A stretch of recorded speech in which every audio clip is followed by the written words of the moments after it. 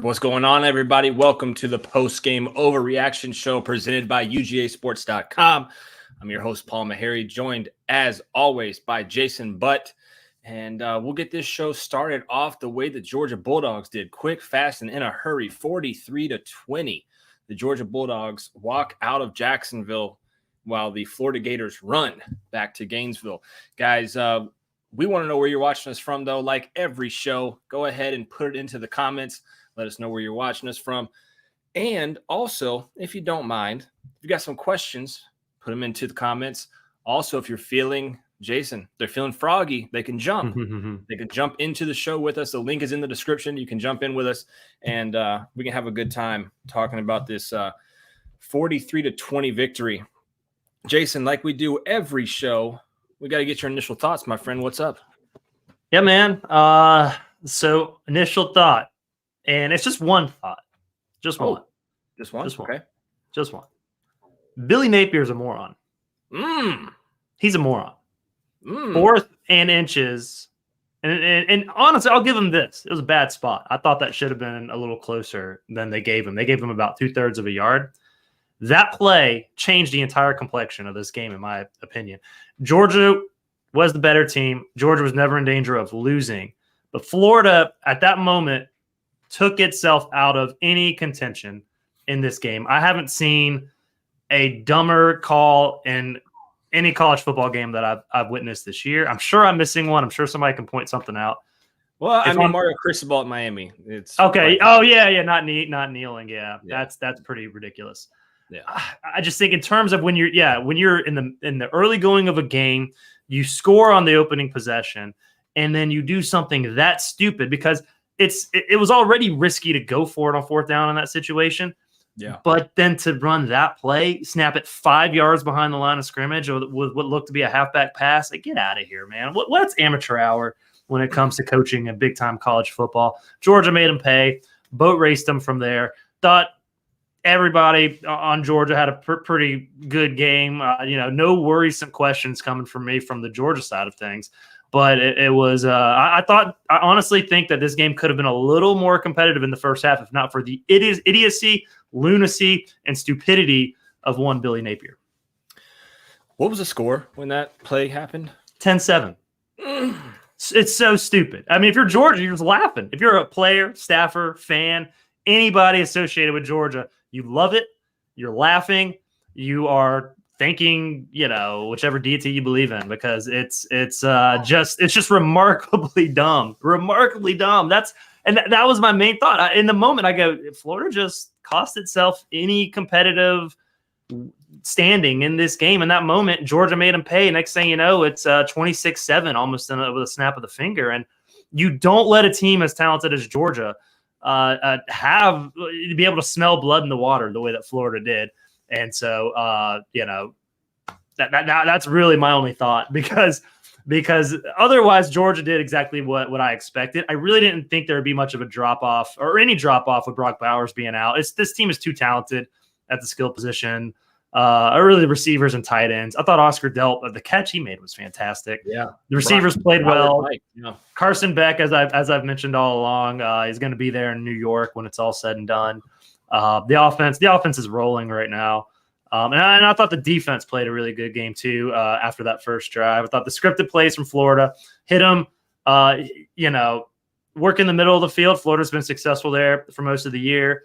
They hit some nice edge runs, but then Georgia, really that call though, all of a sudden you're down 17-7. Georgia gets the 2 sacks, and it's just you can pin your ears back at that. So great game by Georgia. Just stupid by Billy Napier.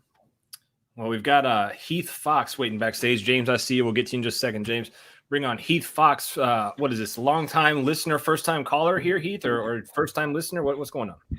Well, I've been listening for a long time, just first time joining. All right. Fair enough. We appreciate it, man. I'm from North Carolina, but we big dog fans down here. My brother's a Florida fan, so had to end up watching it with him. So that was tough. How was it for you? It was great. I loved it. Like Jason said, man, coach on Florida's team, Napier, he's just, that was just a bad play call, man.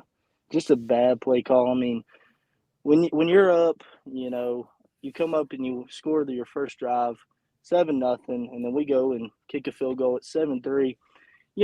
I think Jason hit it right on the point, man. Just bad play calling for them, but I also think our defense played a great game.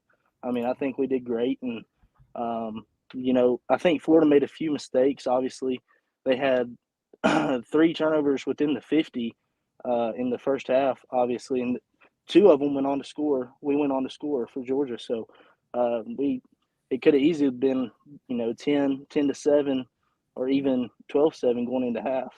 So I think Napier made some bad play calls. What anything overreact to, Heath? I mean, I think Ladd McConkey, wide receivers, played great. Like y'all were saying, Delp, stepped right in with Brock Bowers, and I think Delp played a great game. Offensively, we looked great, and we have every week. It's not anything new. I mean, we run the table on the offensive side, and defensive. Past couple of years we've been great, but we haven't seen teams put up as many points as they have this year on us. Right. But I think we played a great game all around. Big win for us. Obviously, I was kind of worried going in without Brock, obviously, but I think everybody stepped up. Carson Beck played a great game, and he looked good. I just wish he would use his legs a little more. I think he tried a couple times. It didn't quite work out for him. It didn't. He tried. It didn't. I think it was like we were 3rd and goal. I can't remember where it was where he overthrew one of our receivers. But if you looked on the right side, Ladd McConkey was wide open, or he could have ran, to the right. But at the end of the day, we won, and we won big. So there you go. You before we get you out of here, you worried about this last little run of games for Georgia? 3 teams in the top 25. I'm worried about Tennessee. As being Western North Carolina, we see a lot of Tennessee fans. They have 110,000 going strong. That's the only game I really worry about, other than Ole Miss coming in to Athens. I'm not really worried about that. That's home field advantage, but I do worry about Tennessee a little bit. But I think Tennessee's quarterback has a cannon, obviously, but I'm not too worried about it for the rest of the year, other than Tennessee. There we go. Well, we appreciate you calling in there. Looks like you're in your truck. Are you going to a bonfire? Where are you headed to? No, I'm headed to eat dinner. I can finally eat now. Fair enough. There you go, man. Well, have a good one, and we appreciate you calling in. Appreciate you guys. Have a good one. All right, man. Take care, Heath. Yeah, I don't know, man. Missouri's still, Brett Weimer's got my back here on the chat. Missouri's the one to worry about. Missouri's tough, man. Missouri's tough. Yeah. There's some stuff that we'll get into during the show, Jason, for sure, that we can overreact to. Carson Beck missed a couple throws, but at the same time, how 19 of 28 for 315 and 2 tutties, like, can't really get too mad at the guy, right? You just beat Florida in Jacksonville, a place that's crazy, spooky things happen right here near Halloween, and you just won 43-20. I mean, not much needs to be said on that. James Caraway coming in. James, what's up, man? What's up, James? What's going on in your brain? We lost Brock, but we got a healthy Ladd back, and he's so good, healthy. He's an NFL route runner. I see Tyler Lockett. Everyone wants to compare him to all the other white receivers in the NFL, but I really see Tyler Lockett just kind of elite route running, and when he's in healthy with a good back, that offense is just even more different than they normally are. I was interested. They only took that one deep shot, and it was with Ladd, so no Arian again today. I know I talked about that last time.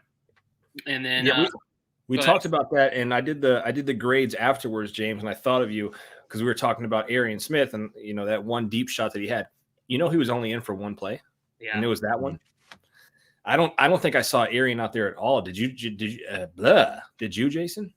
No, he was a non-factor. And I believe this week Kirby was asked about him, what's going on. And the answer was not a ringing endorsement whatsoever, as if it's something that he can get fixed and get back into the swing of things. It sounds like there's a confidence issue and on both ends, whether it's coaches and Arian Smith himself, in terms of can he, is he one of the best players to be on the field in this passing game? And it doesn't seem like that's the case, with this coaching staff.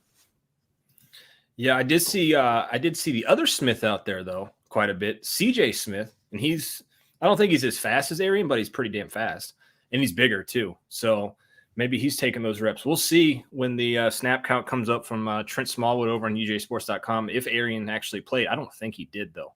I know he didn't get a target. He's not listed as getting a target or anything, so I don't think he was out there. James, did this game help you for the next four? Realize that Georgia can do something against these four teams? Did it leave you the same? Or, I mean, I don't think that you would say it left you in any worse, but there's an option for that too. No, I think that it went as script. I mean, when you're looking down at the third down efficiency rates on both sides, I mean, that's really in big-time football. That's where the game's won.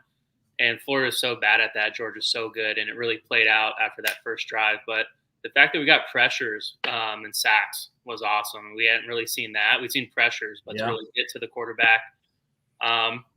And the defense stepped up. I didn't really think, everyone's talking about how Delp and Lucky going to step up, and it's really going to be the defense and the receivers. And defense played really well outside of our number 2 corner again. I mean, that was a true freshman that had an all-time career game just running slants. And, I think we have great DBs that are really going to, put Luther in check over that Missouri, but they have seniors at the number 2 spot. Like, I'm not worried about Luther going off for 150 and a couple tutties, but the number 2 guys are experienced, and we have a sophomore and freshman who haven't really shown that they can cover with consistency. And JD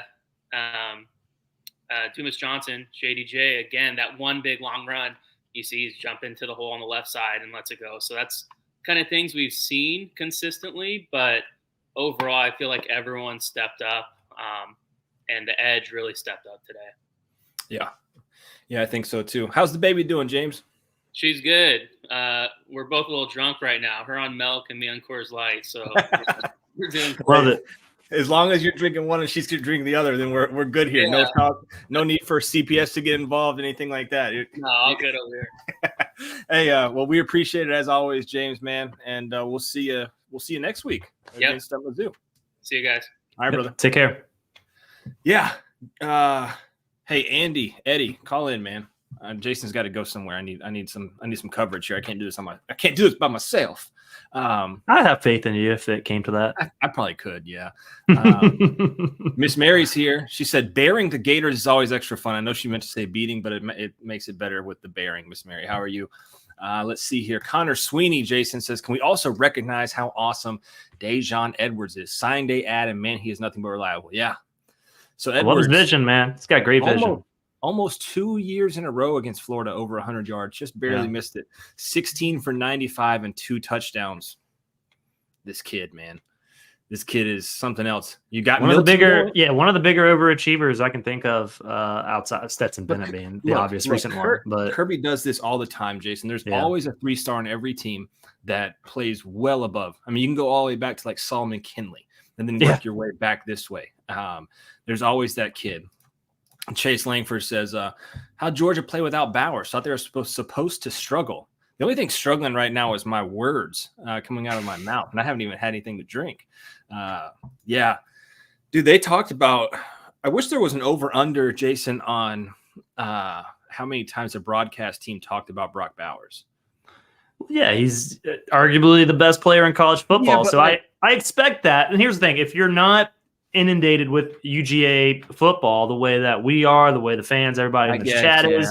Yeah. Like, people who just consume UGA news knew that this wasn't going to be that big of a deal production-wise. I mean, Brock Bowers is the best player in the country. Like, don't get me wrong. I mean, the guy's special, and he makes a world of difference individually, but there's so many other weapons on this team that maybe get overshadowed because of how great he is. So you got to see a little bit. I mean, it's been nice to see Dominic Lovett since the beginning of the season, the way he's progressed. I thought he had a good game today. Ladd McConkey, obviously. Now, James made a good point, or Heath might have made. Can't remember right now, but going from a banged up Ladd to healthy Brock to a banged up Brock to a healthy Ladd, you'd love to have both of them healthy at the same time. But Ladd being full go 100%. I mean that's huge for this offense, and it gives you that. I love that comparison, by the way, that James Tyler made. Lockett? Tyler Lockett, yeah, he does play like Tyler Lockett. That's got me curious. What Tyler Lockett height and weight is? Let's see here.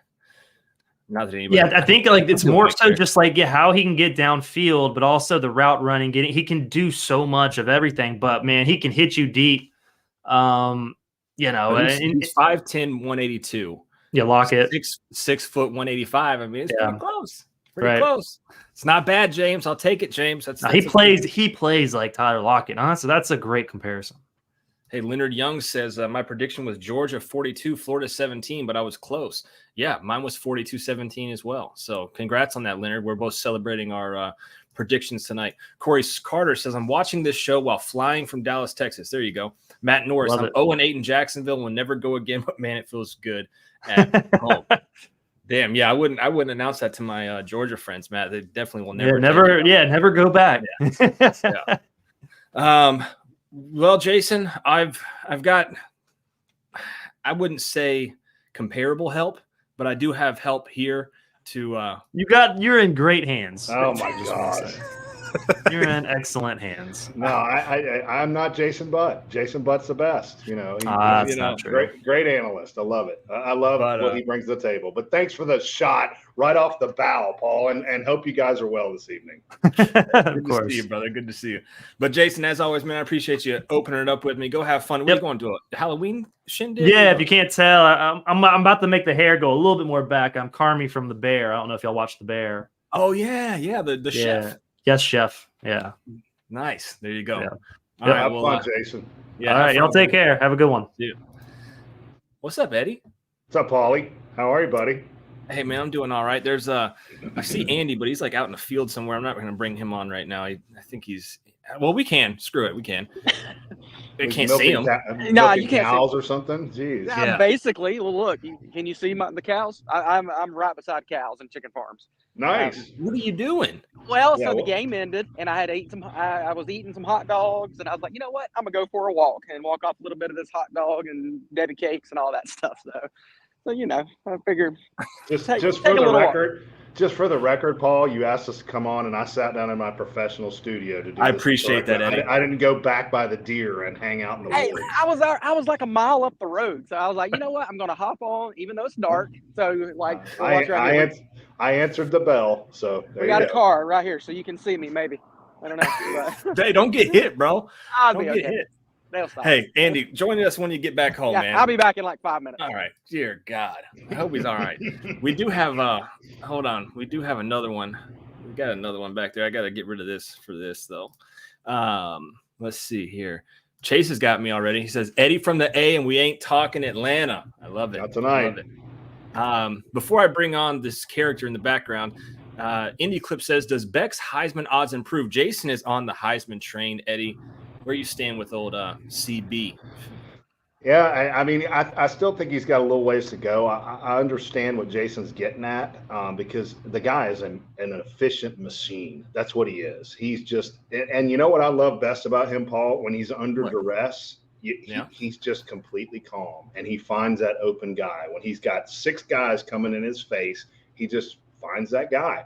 Now, 3 times I've watched him miss wide open touchdowns, one of which was tonight on the long ball. So if this is a post-game overreaction show, I'm overreacting to that because I'll go back to last year. Stetson Bennett overthrows Arian Smith. We don't win the national championship. You got to hit those. Got to hit them. You got to. Pickless Cage, man. You have to change your profile picture back, Curtis Maximus. He says dogs by 50. Here's a guy. I don't know if this is Halloween or this is just how he dresses up for his wife on the weekends. Anthony Spano. Hey, what? Hey, what? Look, Paul, I'm you for Halloween. Yeah. I got a hoodie. I get the hair you want. Isn't this just a Tuesday in the Spano household? Pretty much. But look, I was going to put my name up, and it says I was going to put it up, like everybody else has their name. Right. Yeah, like I'm gonna hold it up here, like for everybody to watch. Eddie, what do you think about the run game today? Oh yeah, I hadn't even gotten to that. Dejon Edwards is a bastard. I mean, that guy is a beast running the football. I love to watch him run the football. Now, wait, let me ask you a question about the sign. Did that win make you so horny? Is that why you're saying that? No, I made it before the game. Oh. I played golf before this. Yeah. All right. Yeah.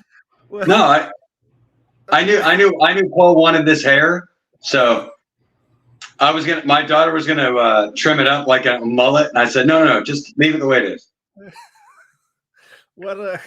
I can't, man. It's right here, Paul. Right here, Paul. How'd you like the game, Spano?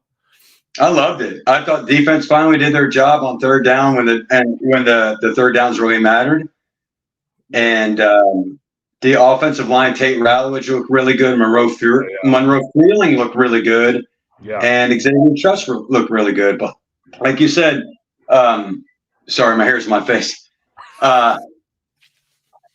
Just wait for Roddy to call in. So I thought Georgia came out with a purpose today, and it was to beat the absolute dog shit out of Florida. And they did. It was to bully them. That was it. 100%. Yep.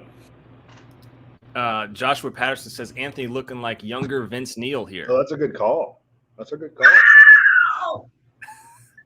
What are you doing for Halloween, Anthony? Oh, dude, I got this dope ass fucking costume. Sorry. I didn't cuss last week, so I get two of them today. Yeah, I'm not. Yeah. No, I have two really super cool outfits that I'm gonna wear. I got a Reaper eating a guy's face off, and then I have. At the same time? Are you wearing it at the same time? Yeah, no. I'm wearing. It's a Reaper eating a guy's face off. Is what I'm. Okay. Is the one. It's the one costume. You said you had two costumes. No, and I have another one. The other one is like a Mongoloid Oompa Loompa. Like I'm like super like just overgrown and just fangs. Like it looks like Pennywise, but it's not Pennywise. Yeah, so it's totally politically correct. Then it sounds like, right? 100%. Oh yeah, sure. 100%. Before I kick you out of here, Anthony, what do you get that off the screen for a second so I can talk to you? So you've got Missouri next week, then Ole Miss, then at Tennessee. Any of those games scare you?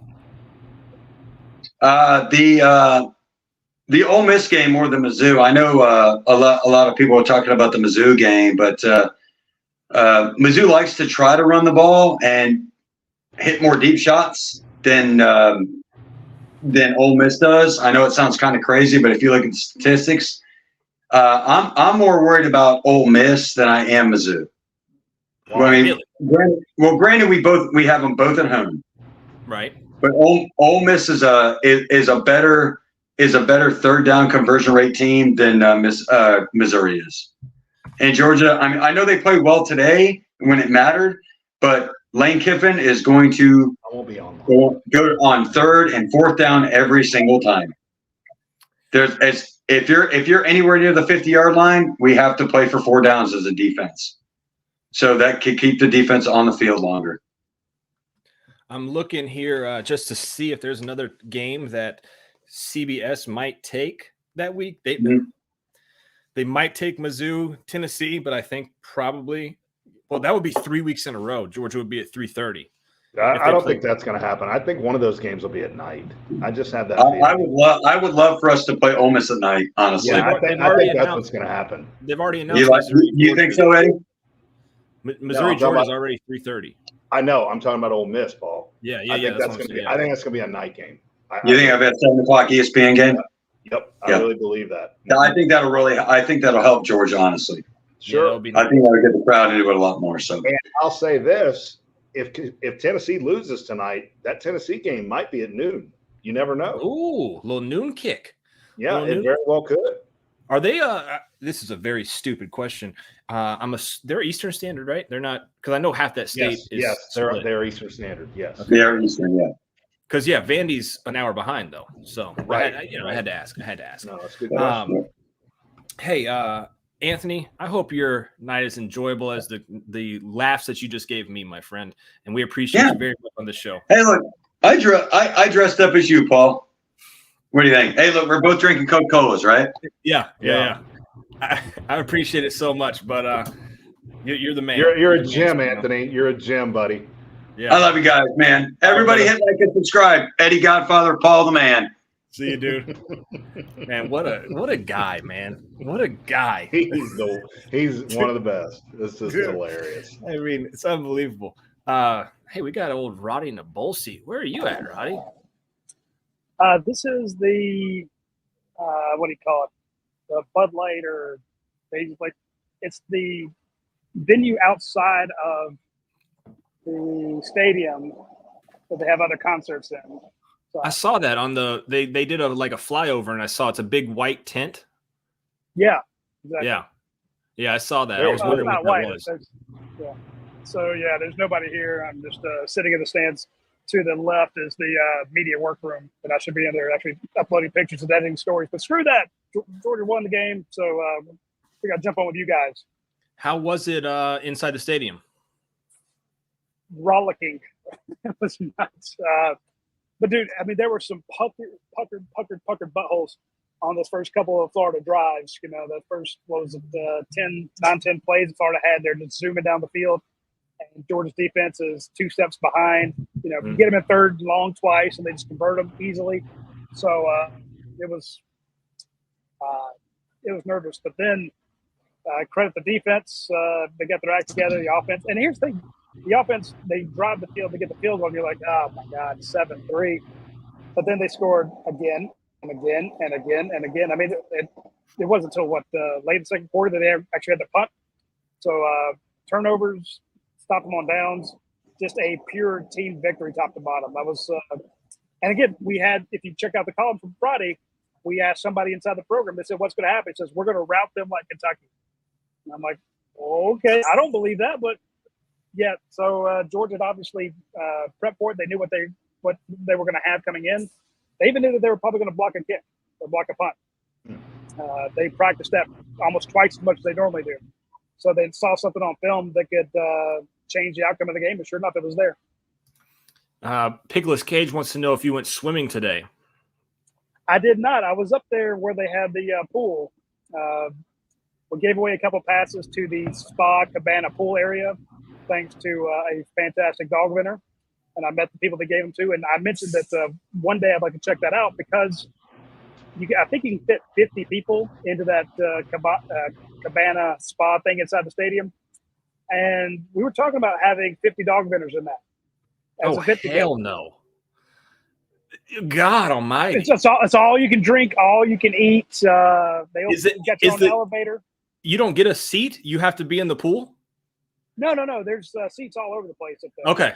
I didn't know if one of those things like, hey, you can come in, but your seat is in this pool. You get out, you don't have a cesspool is what you're saying, right? No, they had a lot of nice seating up there. So, they had wings and hot dogs and shrimp and everything you can imagine food-wise, all the beer you could drink. So it was really nice. And then some people jumped in the pool. Some people who shouldn't. The people who did. I was hoping Mekhi Muse would take one to the house because there was a guy that had a bet that he was going to do a ball fully dressed in the pool if Mekhi Muse housed one. So, but anyway, it was a great party up there. And then I actually went around to the side so I could talk to a friend of mine, and we watched the game. And I just tweeted, made fun of Florida the whole time. So, good times. Matt Norris is here. He says, Roddy, I'm Gandog. Damn, yes, sign me up. It's Gandog from the board. Dude, so all we need to do is we rip the cabana. We sell 50 tickets, to the people that want to go, and we hang out. And again, that way you don't have to worry about food, drink, catering, anything. It's all taken care of. True. It's just the whole pool thing. I don't want to see Eddie in a Speedo is the only thing. I do. Hey, you just missed You just missed Anthony Spano coming on here. You got to go back and watch that, Roddy. He got me pretty good. Let's see here. Before you leave, or how long are you staying around? You sticking around for a while? What you doing? Yeah, let's do maybe 20 minutes, and then I got to do TV. Okay. This was a big thing, Eddie. We hadn't talked about this yet. The turf. Good God. So they came on, Roddy. I know you weren't watching the game. Eddie and I were watching it from the TV broadcast, and it was kind of weird. Their pregame was not from a coach or anybody like that. It was from the sideline reporter talking about the turf and the sod being laid on Monday and Tuesday. It looked pretty bad from TV. How bad was it in person? I know you were down the field a little bit. How was that? I walked around down there, and okay. So my wife and I, she's teaching at Point University in West Point. So we, instead of paying rent, we bought a house in LaGrange. We'll rent out the house in Athens, move down there. We have new turf around the house, right around the base of the house. It's shit. It's uneven. It's hilly. It's hard in areas, soft in others. That's what that damn turf is. Now I get it. The lay-in-place stuff, you're supposed to be able to do that, but I was not impressed. And I'm just glad. Well, I'm hoping no one got hurt. But I don't. Georgia does this all the time. I remember we broke news 2 years ago that Kirby Smart at the end of at the end of the season had new turf put in. He had new turf put in like on Thanksgiving, so they would be solid for them to practice on in case they made the playoffs, which he expected to. You're forward thinking, and you got to have it laid in there for like 2 weeks before you can start running around on it. Right. They had this thing like 48, 72 hours. That's bullshit, man. If nobody got hurt, that's great, but you're cutting it way too close. It looked terrible. It looked like the only type of golf courses I can afford to play on. You know, right. It's like this is god awful. Jacksonville should be embarrassed.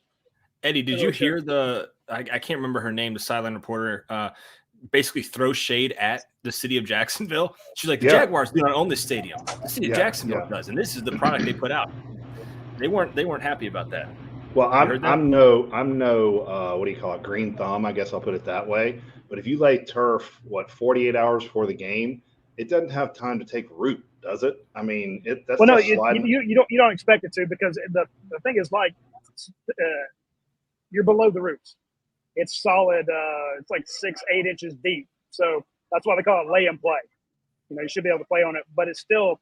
It's to me, still the problem movable, is the seams between it. Yeah, exactly. So I don't know. It's just one more thing.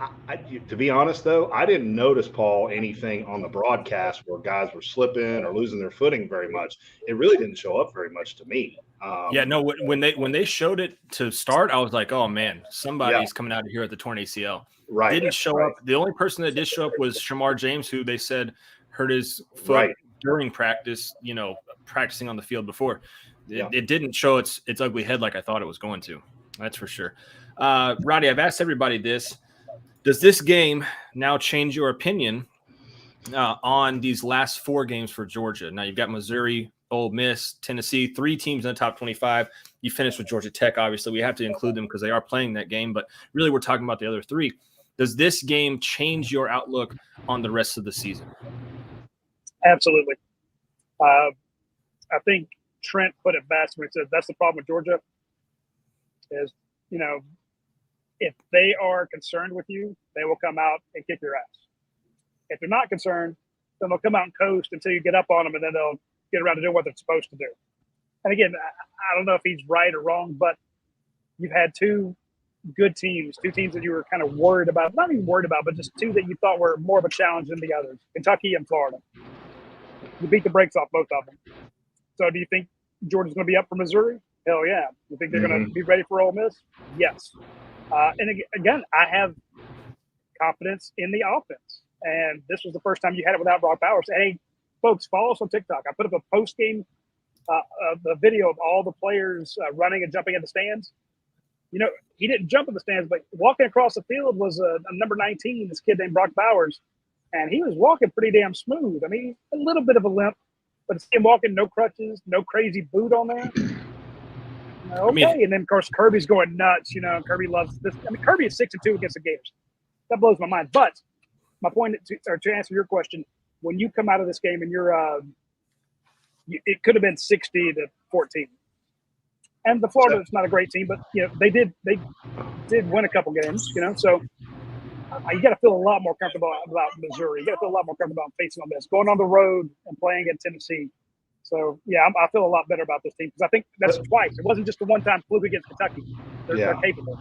So back to 19. It's 2 weeks now removed from that surgery, roughly, right? A couple days here or there.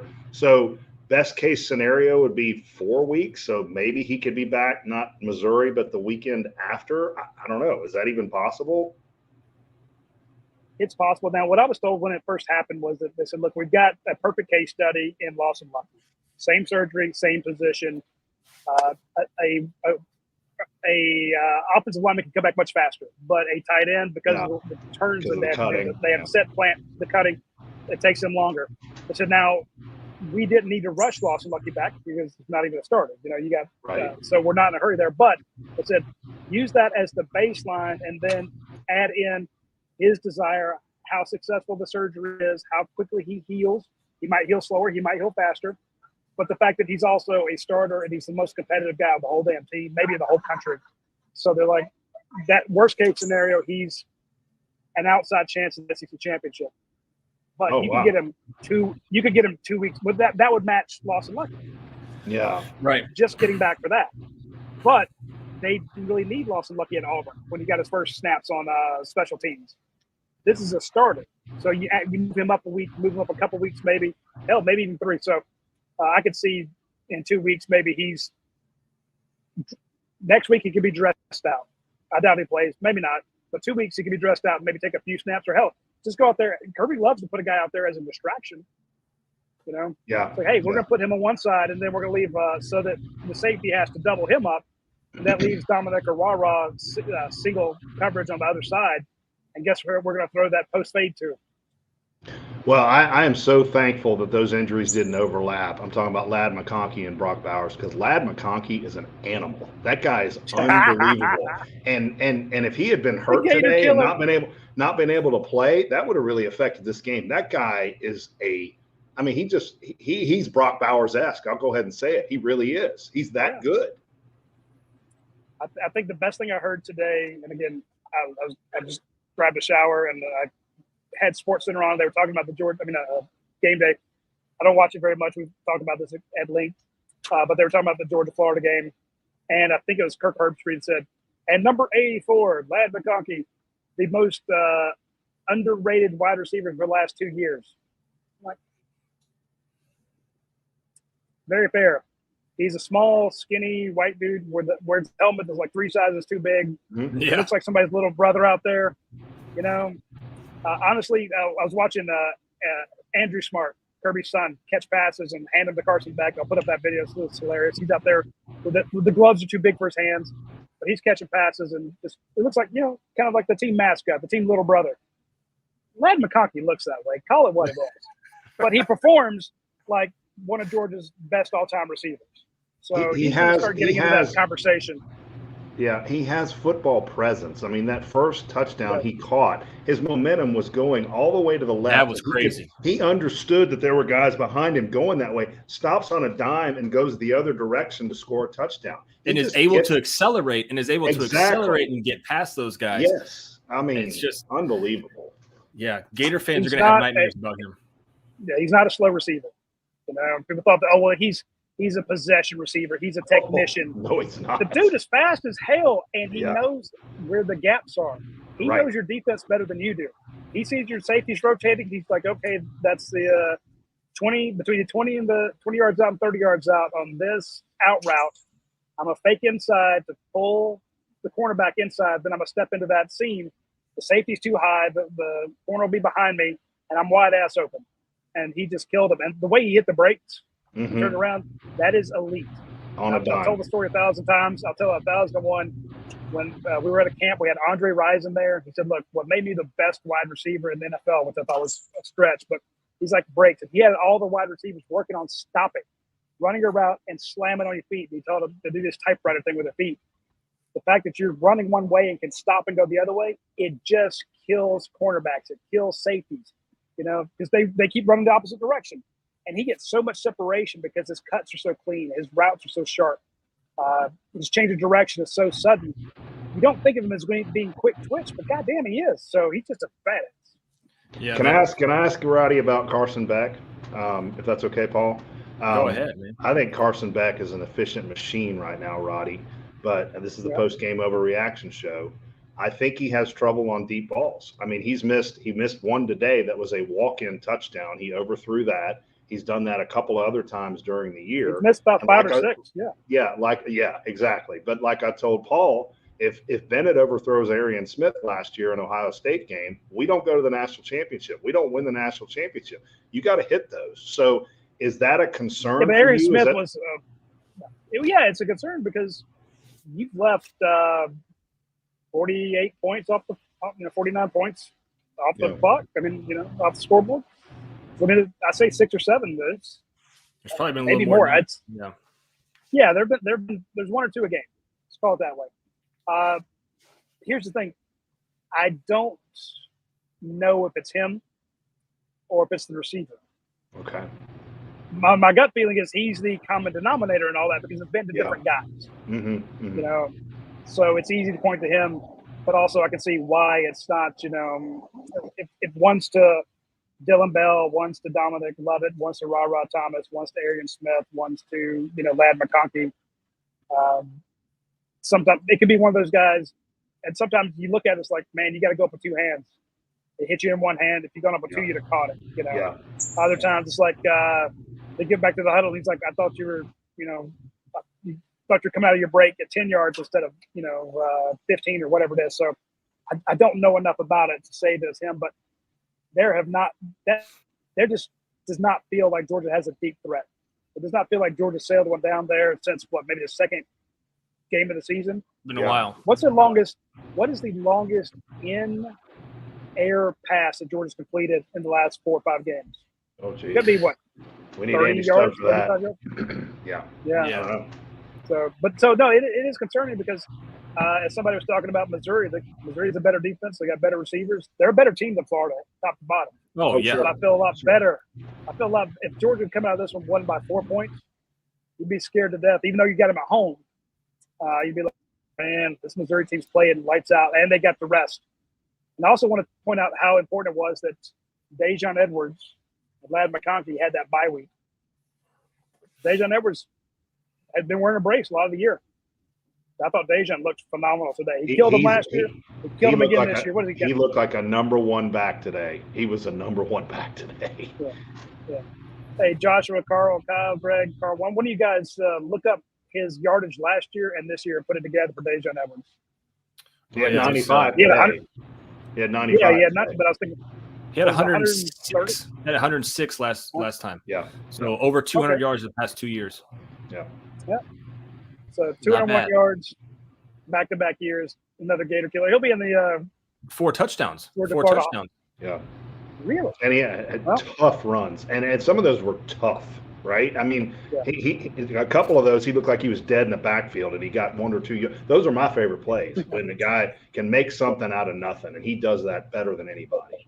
Chris Calvin says Roddy's got that Georgia Florida tan going today. Yeah, you do look smooth. I was in the sun all day. Yeah, must be nice. I was in the sun all day, but I walk in the sun every day, so I'm always sunburned. So I'm going to bring on. I'll let you get back to work, Roddy, if you want. I've got a couple of people waiting. If you want to get back, I'll bring on Dane. Yeah, bring them on. I got to go do TV at 11 Live. Tune into 11 Live. Day. Hey, all right, Roddy. Well, you take care. Okay. Safe travels back. I got you muted, Eddie, so you can do what you got to do over there. What's up, Dane? Hi, friend. How are you? Hey, I'm doing all right, man. Let me bring on Andy, too. We'll just go 4-box it here. Andy looks like he just got out of a rap battle against Eminem over here. Looking. Paul, you should know that last week Eddie was trying to get me to take over your spot on your Sunday show. I know he was. I know. I didn't tell you this. I asked permission from Paul first. Hold on. I know he was. Just want to make sure there's not trouble in paradise. I know. Well, there's a little. Yeah. There's always a little. Hey, I may be committing like a parent sin here because I'm showing off the Fiddler bourbon from ASW Distillery, but just for the height, I'm having to use my kid's Bluey school bus. Yeah, you've gone off the deep end. I don't know that that's what Bluey anticipated, but it's a great prop right now to help me lift up this great bottle of Fiddler bourbon. For those of us that could not watch for whatever reason, you and Coach Donnan today for the watch along show, saw you guys were pumping some good numbers out on that.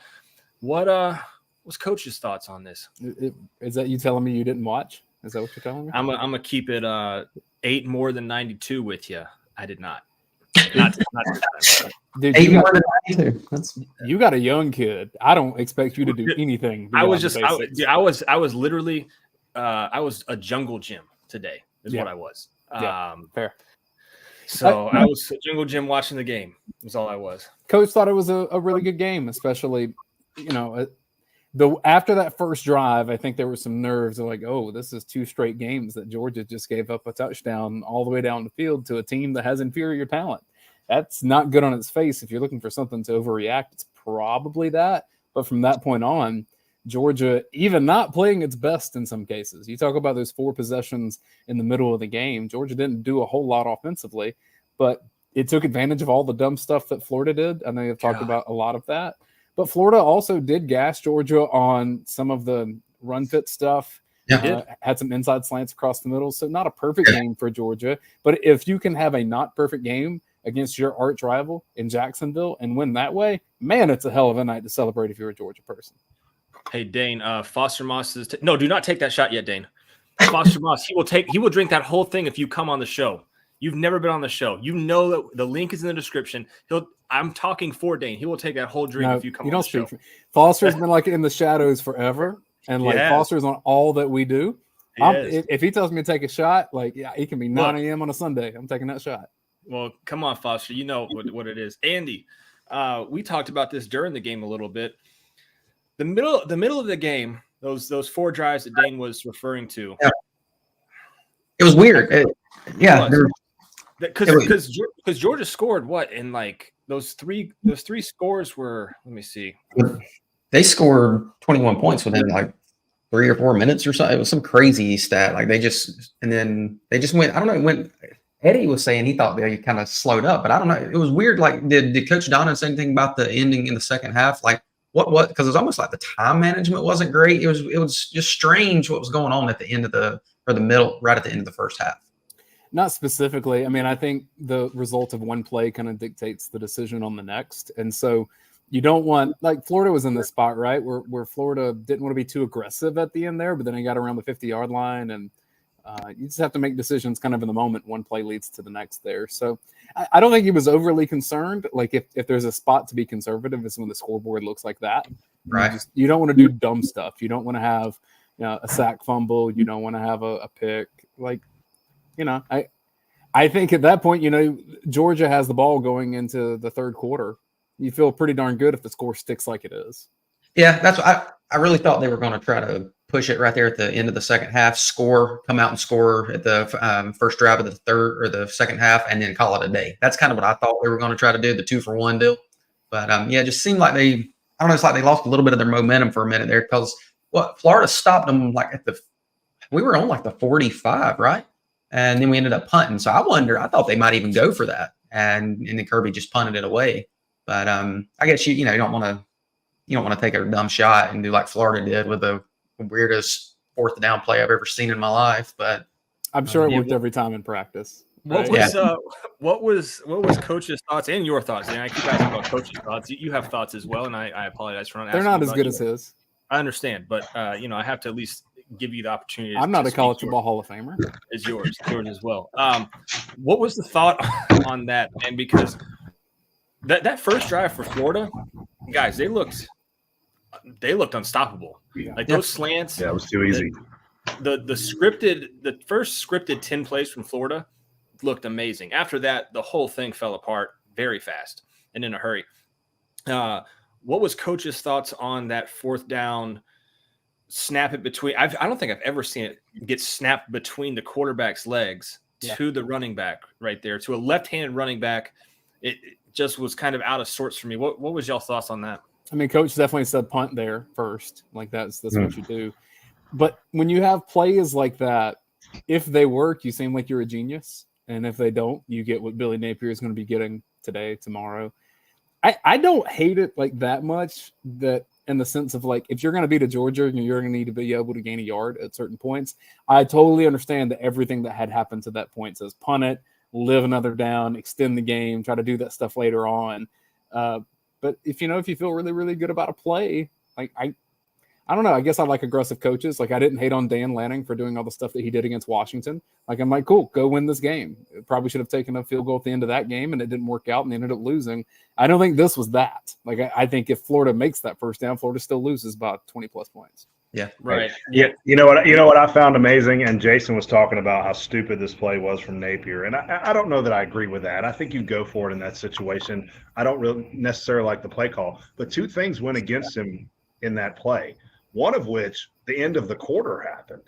And if that doesn't happen, Florida can get up to the line real quick and not have that previous play reviewed, right? Yeah. Which caused this whole thing to happen because that play was right on the line and they called it a first down. And then they went to the quarter. Can we talk on that real quick? Real quick. It looked like a first down on TV.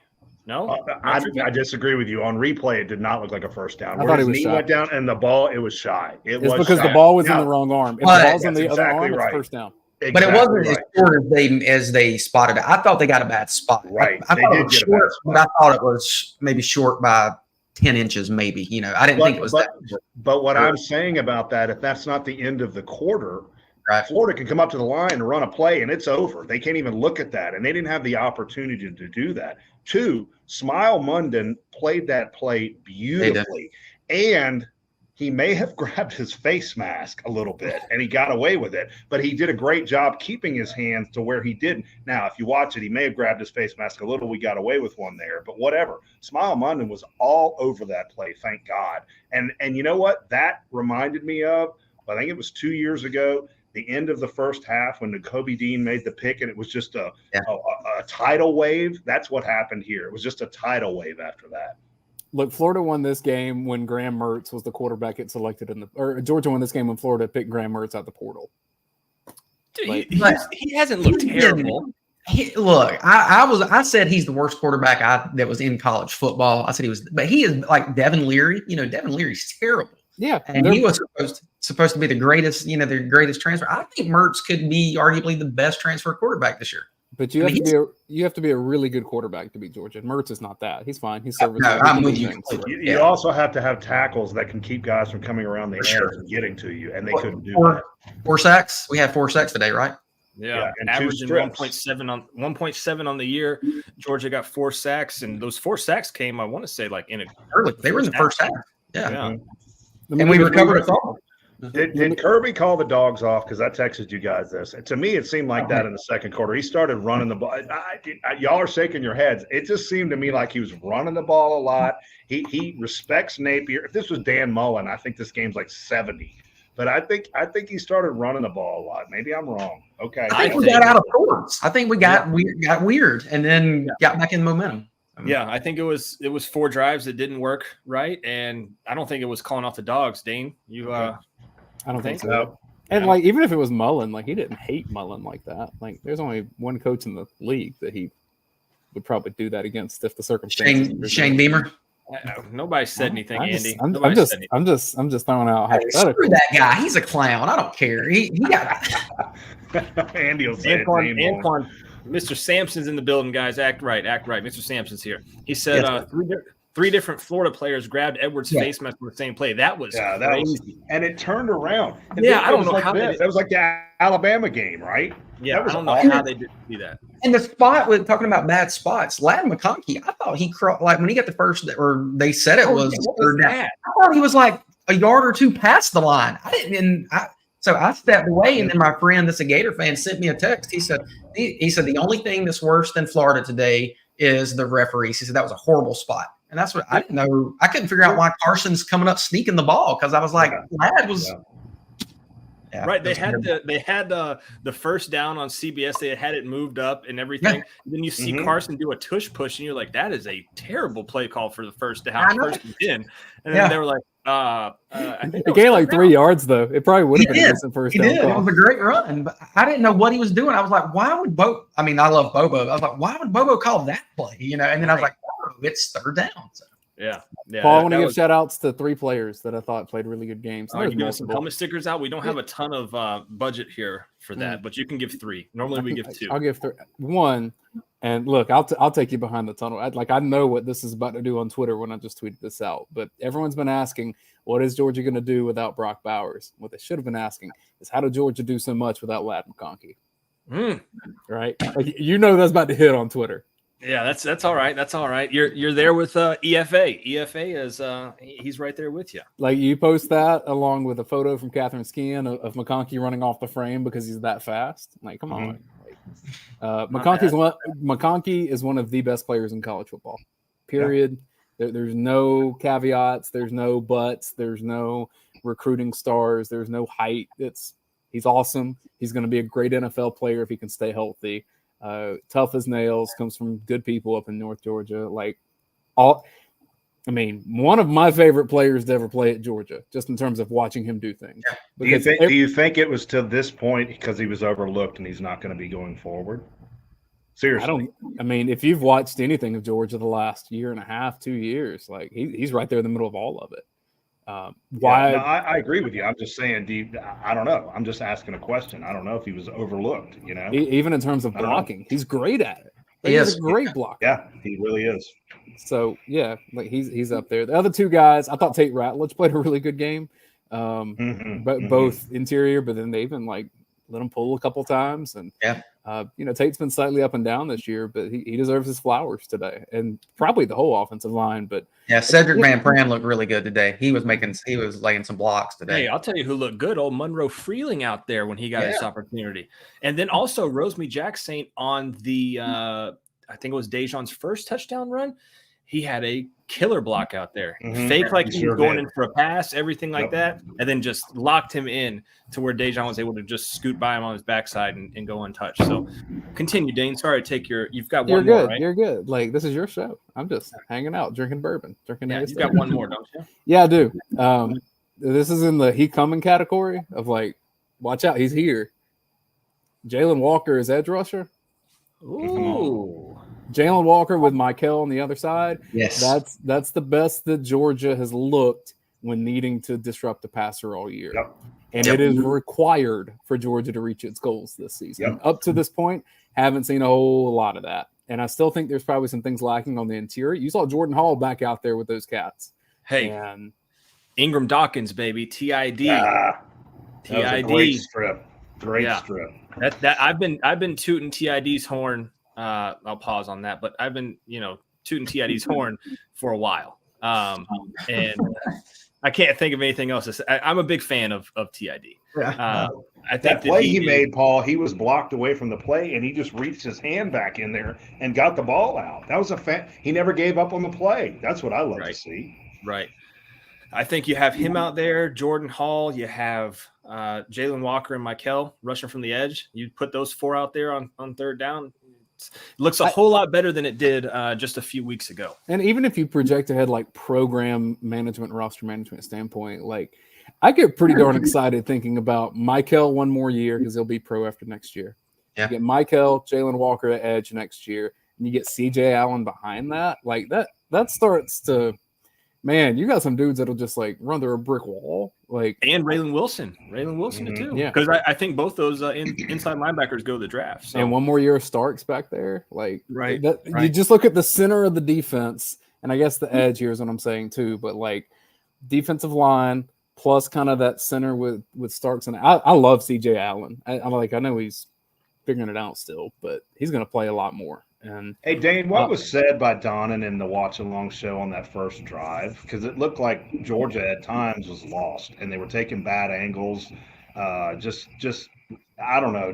Was it just we weren't comfortable in the game quite yet? What was going on there? What did he say about that? Really, whole first quarter, he was mainly talking about run fits was the bigger thing. Now I know some of those were on passing plays early on, but Tyke Smith and a linebacker not being on the same page of if this ball's going this way, then one of you has to go this way. Typically, that's the linebacker scrubbed out, and Tyke didn't do the opposite. Tyke followed the linebacker. It's stuff like that. And Tyke second half had a couple big plays. So, he did. Tyke was great. That pass breakup in the second half, that was big. Man, trailing that guy, that was phenomenal. Visually, visually what Javon Bullard did to that guy. Whoa. Whoa. And that was Javon being sick and tired of those damn slants to Eugene Wilson. He said, look, let me stop this real quick. You might be able to beat the corners on this, but come across the middle one more time. Your head will be on the field and your body will be taken up. Technique hit. Perfect. That photo needs to be on the wall of every Milledgeville establishment for the next 10 years. Yeah. Like, it was just beautiful. Our boy, the professor, Brent Rollins, says TID looking like that at that position, game changer. Nice. Brent, I know talent when I see it. You know, I spotted Eddie. I spotted Andy. Oh, God. You're not good then. You're not good at this. Yeah, 2 5-star guys sitting there. I was able to spot them. Now, to be fair, TID has not been healthy, right? He has not been healthy. Not at all. Correct. Yeah. Well, another guy that needs a helmet sticker would be Peyton Woodring. I mean, he is stepping his game up. Yeah, I mean, he missed 3 in the first 3 games, and now he's 12 or 15. Yeah, he is. I want to, and not to toot my own horn here again, we said freshman impact players. All of you guys got to pick first, and I picked last, and I got Woodring. I'm pretty sure I picked him. No, I'm pretty sure that was mine, Andy. But it's all right. I might have to go back to the film on that. But. Should we jokingly start saying that we only have 2 more years of Peyton Woodring to enjoy it? Hey, who knows? Dane, I've asked everybody this, and I'll ask it to you as well. Does this game change your mindset for the last 4 games? I have to include Georgia Tech because that is a game Georgia plays. Does this change your mindset in a good way? Does your mindset stay the same? Or I guess it could change in a bad way here, but I don't see how. Well, where are you standing here with these last 4? Because this schedule now, Dane, has gone from, Georgia's playing, soft cupcakes to now, oh, man, number 16, number 12, number 21, not so soft anymore. I'll zag on you, and this is not just to be contrarian. This is actually what I think. I think next week just got harder. And how so? Because if Georgia would have had to do the come from behind win in Jacksonville, like I promise you, the focus would have been there for Missouri. If Georgia has even the slightest bit of letdown against Missouri, it can lose. Missouri is the toughest game left on this regular season schedule, and I don't think it's very close. I don't see anything in Tennessee's offense that can scare Georgia for 4 quarters. Ole Miss, Georgia's going to be able to score on that. Missouri has the ability to potentially stop Georgia's running game. If you stop Georgia's running game, passing gets infinitely harder. And Missouri doesn't turn the ball over a whole lot. And so I think if Georgia wins next week, it's in the college football playoff. Okay, but with you saying that, don't you think Kirby is saying that? And don't you I don't think Georgia's going to overlook Missouri. I think they know that's the toughest game on the schedule. Well, I don't know they wouldn't say any of that publicly, but your first telltale sign is going to be, I'm assuming Monday, Kirby's going to head into that news conference and he's going to do some kind of challenge to his fans to be in that stadium 3 hours early, to be louder enough. Like, no that, if he does all of that, knowing that Ole Miss is still down the pike, and maybe he does it twice, but look, next week is essentially the SEC championship semifinals back-to-back on CBS. So wait, let me push back on you. So you're saying if today was a dogfight and Georgia had to kick an extra point or a field goal to win this game, they're more focused next week against Missouri? Is that what you're saying, Dane? I mean, would you say that Georgia had focus against Vandy to play its best after the Kentucky domination? Because I don't think so. Yeah, but college football has the ebbs and flows. That's Vanderbilt. That I just throw that game out. I mean, that was just all of it was just such a joke. I mean, that was an 11:00 start in Vandy in a parking lot, basically. I mean, that was a joke. Yeah, that was. I mean, tell me 2 back-to-back weeks that Georgia played its A game. We haven't had to see it yet, though. I don't think. Have we? I get what Dane's saying. I'm with him because when Georgia doesn't think a team can play with them, they don't come out. But I think they're going to be focused. And the good thing is the Missouri fans, they're chirping. And Georgia hears that stuff. And that's what the Florida fans, they started to chirp a little bit. And same with Kentucky. How the Florida players started to chirp. They said they had to come and play. That was hysterical. That guy got that penalty. And then running off and the then they field without threw his up this helmet. quote about how Georgia's yeah. 24-0, and then they have to come play us right after his penalties walking off the field. That was excellent by CBS at trolling there. That was a great troll. And look, I'm not trying to overhype Missouri too much. Georgia's way more talented than Missouri. Georgia should win that game. They should probably win by double digits. I'll be curious to see what the line is, but I'll tell you the best offensive player on the field is going to be on Missouri's team. It's Luther Burden.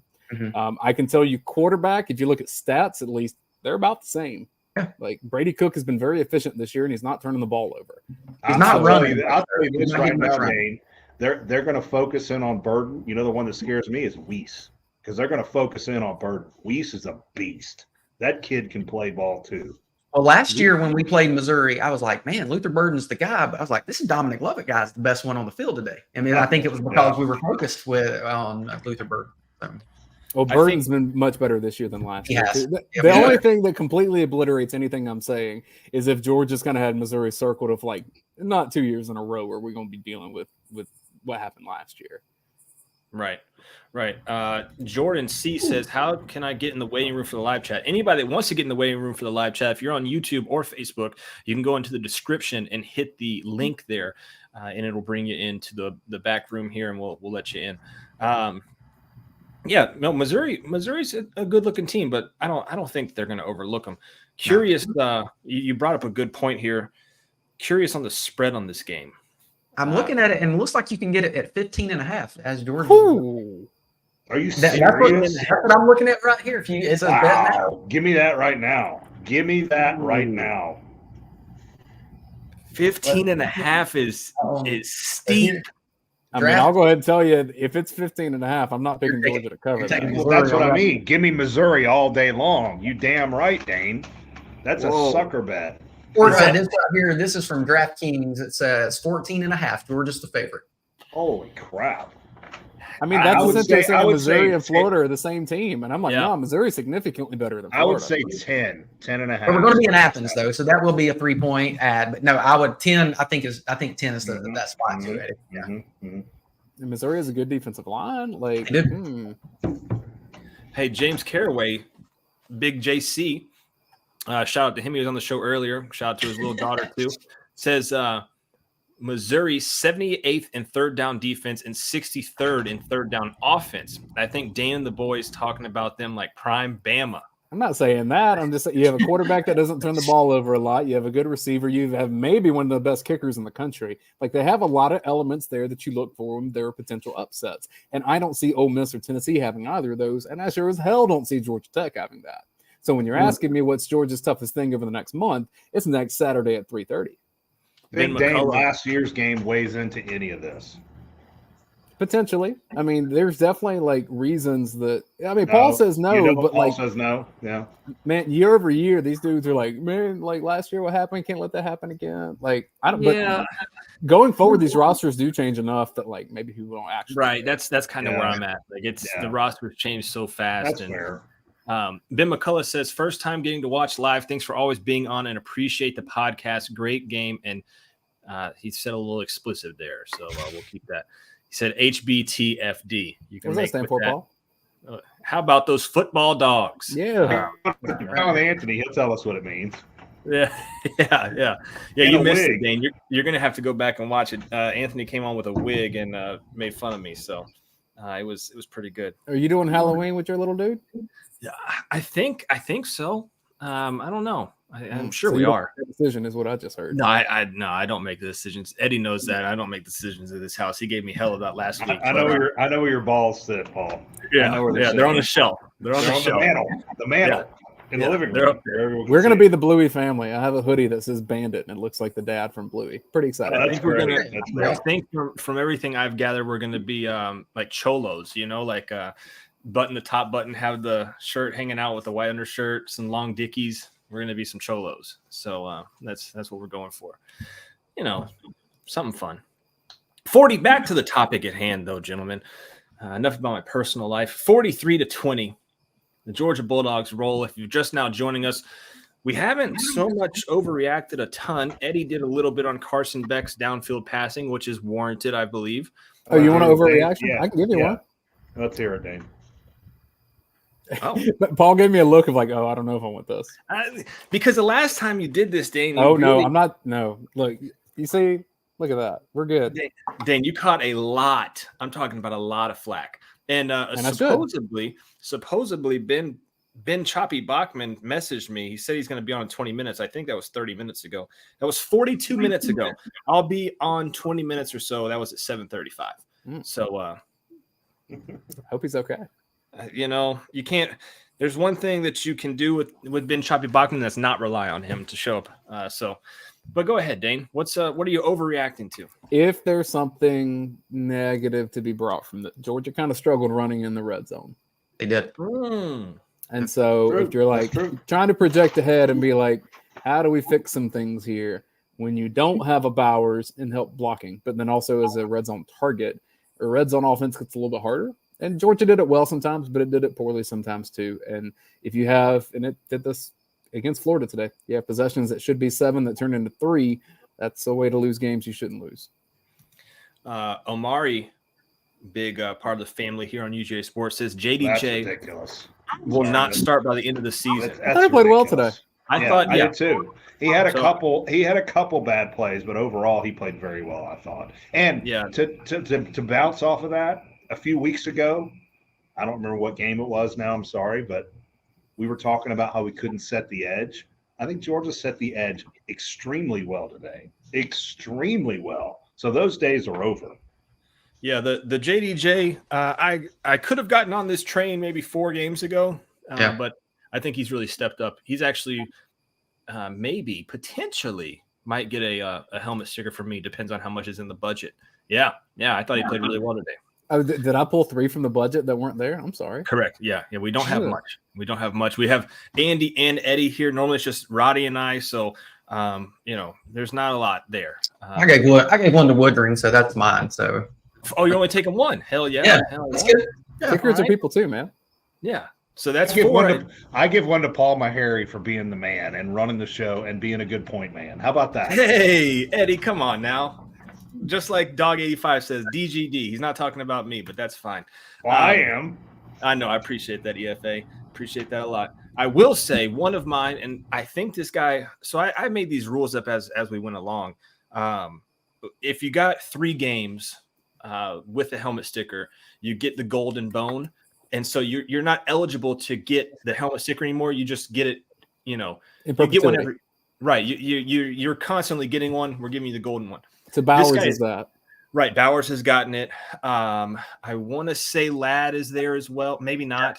Lifetime achievement for sure. He would have had it last year. Yeah. But Carson got it. He's already got his golden bone. And this guy already has his, but I have to shout him out. Tyke Smith. Talk about a guy who, for a while there, once he transferred to Georgia, he was my favorite transfer Georgia's gotten in some time. I loved his film. Brent Rollins, huge West Virginia guy. We both were like, man, this guy's going to be something at Georgia. 2 years go by, and it's injuries. He can't get on the field. It's like, man, this guy was a freshman All-American at West Virginia, an All-American his sophomore year, and this guy cannot play on the field. He is showing up in a big way. Was second on the team in tackles with 6, tackle for loss, a pass breakup, just overall. Tyke Smith, man, I can't say enough about that guy. And he's really stepped up a position to where you can have Bullard take that other safety spot, and it doesn't, downgrade your defense at all, which I thought was going to be kind of scary coming in with having to rely on Tyke there. Even though I'm a huge Tyke backer, he's done a great job in that secondary. Besides, little CB2 maybe could use some work, but cornerback 1 and the safeties look great. And I'd argue that Tyke may be. Oh, never mind. Super chat. Let me step away. Mr. Sampson, he says for the budget, gave us $9.99. See, that's what we need right there. We've got a full budget tonight, gentlemen, for the helmet stickers. So go ahead and splurge. We can splurge tonight, gentlemen. We can splurge. We appreciate that, Antoine. We appreciate that, man. I'd argue, Paul, that Tyke Smith is one of the more pivotal players on the team because when Georgia does things super well, like Tyke is there doing his job, maybe getting interceptions, and when things don't go well, it's usually Tyke going in the wrong direction. And I wish y'all could be at practice and hear Kirby. He rides Tyke Smith more than any other player. He is on the PA system out there. He is yelling. I mean, he yells at Tyke every day more than anyone. We almost think he hates him because he yells at that guy so much. I mean, he's cussing every other word at Tyke. It's crazy how much he rides him. But I think that's because he knows that opposing offensive coordinators are probably targeting Tyke. Like, it's not uncommon to target a nickel player. Right. If they were super great in one-on-one coverage, you're probably going to be a corner. Yeah. Y'all remember that play in the national championship against Alabama when Christopher Smith trailed that guy running that slant and he came in and knocked the ball away? Do y'all remember that play? That's what Tyke looked like tonight, trailing that guy and running that slant and knocking his hand in there. I mean, that's exact. And I think he learned that from Christopher Smith. I mean, I agree with you. Now, my question is he okay? Because he got hurt at the end there and he was kind of messing with his head. Did he get a concussion? I don't know. Maybe he got the wind knocked out of him. I hope, but I don't know. Did he come back in? I want to say he did. I thought he I don't think he did. Did he not? He did. I thought he did. I'm not sure. I had that experience a couple times tonight because there was a good period that Oscar Delp didn't play, and I was like, "Oh no, can't have an injury there." But then he came back and he played fine. So I guess they just wanted Lawson. Also, they took Truss out and put Freeling in, and I was like, "Oh, is Truss hurt?" But he wasn't. He came back in. So, here's a question for you guys from Drew Holloman. He says, "Any chance we still haven't seen Georgia's best?" Absolutely, 100%. Yeah. Was this we were talking about A games. This is like their B game to me. I still think there's so much left out there on the field. You think about it. If Beck hit those 2 passes, we would have won this game 60 to 13 or something. I think this was a B game. I still think we got a long way to go. Best game so far, I think, has been Kentucky. It has. Yeah, if you go back to last year, guys, if you think about it, we saw Georgia's best game against Oregon and then against TCU. And I don't know. Maybe you're right, Dane. Kentucky. I don't know that was their A game. Maybe it was. I don't know. I don't know if it was yet, or I don't know that it was. I think it might have been an A- game, but I don't think it was A+. I think they still have their A game in front of them. I really do. Okay. Here's playing devil's advocate. Where can they get better? Where can this team get better as a whole to make you think they have a better game than 43-20 in Jacksonville? Connecting on the deep ball. Okay. That explosive passing, breaking tackles in the run game that turn into big chunk plays. Wide receiver blocking still has some things. On the defense, it's going to be run fits. And then also, I'm still worried about this team with pass interference penalties down the field. You saw when Florida was kind of getting in desperation mode, they started throwing up little fade routes on the sideline. Georgia didn't get some PIs, but Florida sure was asking for it. Yeah. And so at some point, Georgia's going to get called on one of those. It's not going to be at the greatest time. Carl Thomas says defense and red zone. I could see that. The red zone, it could use some help. I thought the offensive line, their run blocking was a lot better today than it's been all year. I thought this was the best the run blocking's looked. Yeah, if you go off PFF, which some people hate, it's a good measuring stick, right? Overall, because they do grade these plays. The run defense, rush offense for the offensive line has been terrible. Pass blocking has been excellent. Excellent, yeah, phenomenal. I'm curious to see what it's going to look like after this. Antoine says Jonell had the block, right? He did. That was amazing. Awesome. Yeah, and the CBS, for whatever reason, I wanted to make this clear on the show too. That ball bounced out before Jalen Walker had a chance to get it, but CBS was playing it up CBS was playing it up like Jalen Walker just hicked it out himself, and it was like, hold on, that ball was clearly on the white. I don't know what they were talking went out about. prior too. Why are you guys showing this? But all right, whatever. Paul, you have the golden ball and you have the helmet sticker. Do we have anything that's just shy of a helmet sticker? Because I have someone that I'd like to shout out, but they're not quite a helmet sticker. They may be just a pat on the fanny. Good old pat on the back. Thigh sticker. You stick it on their thigh. Is that what you do? This is just going to be a pat on the fanny off the field. A good old pat on the back here. Who are you giving that to? Jackson Meeks, because I like that. On the punt block, he was right there in there trying to make that happen. Got through as well. Aguero got the block. But the other thing, late in the game, Georgia, as it's had some red zone things. I'm not trying to sit here and say Georgia couldn't score in the red zone because it did. But when Georgia needed just a yard or two down there at the goal line, they put Jackson Meeks in there to get a down block interior side, and it worked out. It was great, and Georgia got the touchdown there. And they went right behind Tate Ratledge, but like it was Jackson Meeks in there as well. And he never gets the shine. He doesn't get to play a whole lot at receiver, but he's just a really good football player. And you need those guys. Like he's a bit of a version of like a Tay Crowder. I mean, he doesn't play all the time, but like just ends up making plays. Like I don't know. I like him a lot. It helped that I covered him in high school too, but just I like that. That's a good call because he also does the I think he does like the Players Lounge or something, some podcast. Oh, then screw that. If he's not on our podcast, then screw him. No, he's always so positive about the Dogs, and he doesn't get in. He doesn't catch passes very often, but he's in there blocking. Shout out to Jackson Meeks, man, because like you said, you need some guys on your team that are unselfish like that. And not everybody's going to be a superstar. It is what it is, man. I'm sure when he came out of high school, he was like, I'm a 4-star wide receiver. I'm going to Georgia. I'm about to be the next AJ Green. Sometimes it doesn't work out that way. But when your number gets called, like on the punt block there, and you help out with that punt block, those things can help. It's like me and you at UGA Sports. Like we're all not riding. Right. That's fine. Right. Hey, Drew Holloman gave a $10 super sticker. Damn. Yeah, so we appreciate that. That was giving a helmet sticker. That was a hell of a question you gave us, Drew. Was if Georgia's played their A game yet? Shout out, Drew. Thank you, man. Man, that's really a tough question because I think they might. I really think that they might have already played their A game. You think? You think they've played the best game they can play? Paul, if Georgia's played its A game right now, then it's going to lose a game down the stretch in the regular season, is what I'm telling you. I didn't say it. You did. I didn't say it. I am saying that. But like I'm also sitting here telling you I think next week's going to be hard as hell for Georgia. Yeah. I mean, but the thing is, like, you see that first drive, Georgia's getting gashed. They are. Like, there's no question about it. Florida had their number. They went away from it for whatever reason, right? Because they got behind. They weren't even behind. Georgia kicked a field goal. They could have continued their play as they were, but Billy Napier, Sunbelt Billy just couldn't keep up with it, and it is what it is. And I don't know, man. I don't know. I think we've seen Georgia's best.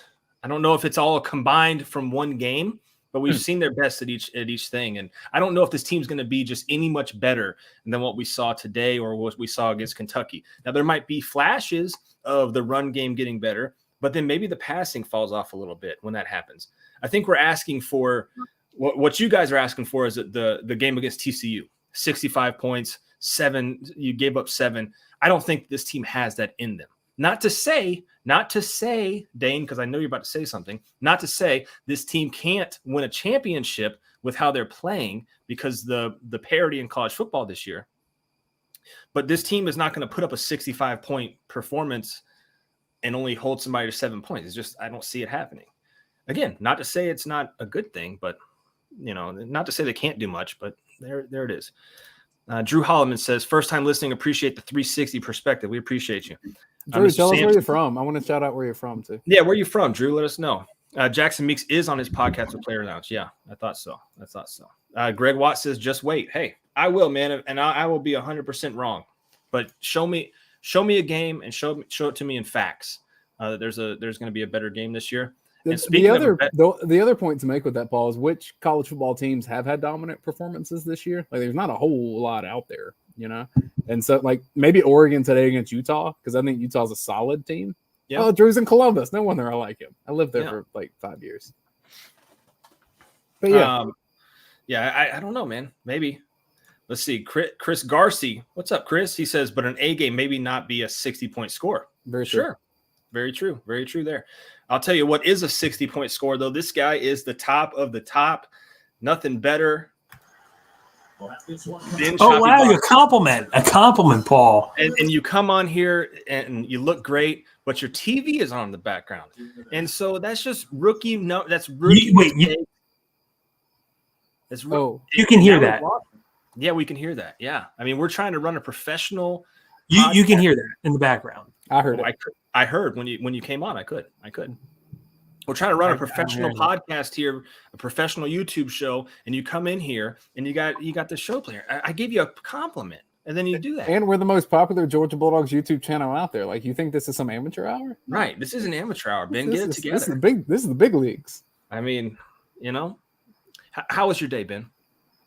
Overall, pretty solid. I just got home from game night. I'm a winner. That's what I do. I win. That's what Georgia did today. They won. So, I'll Your just internet start off with the connection's game. not winning. Before you I'll tell you guys, that. before I came on,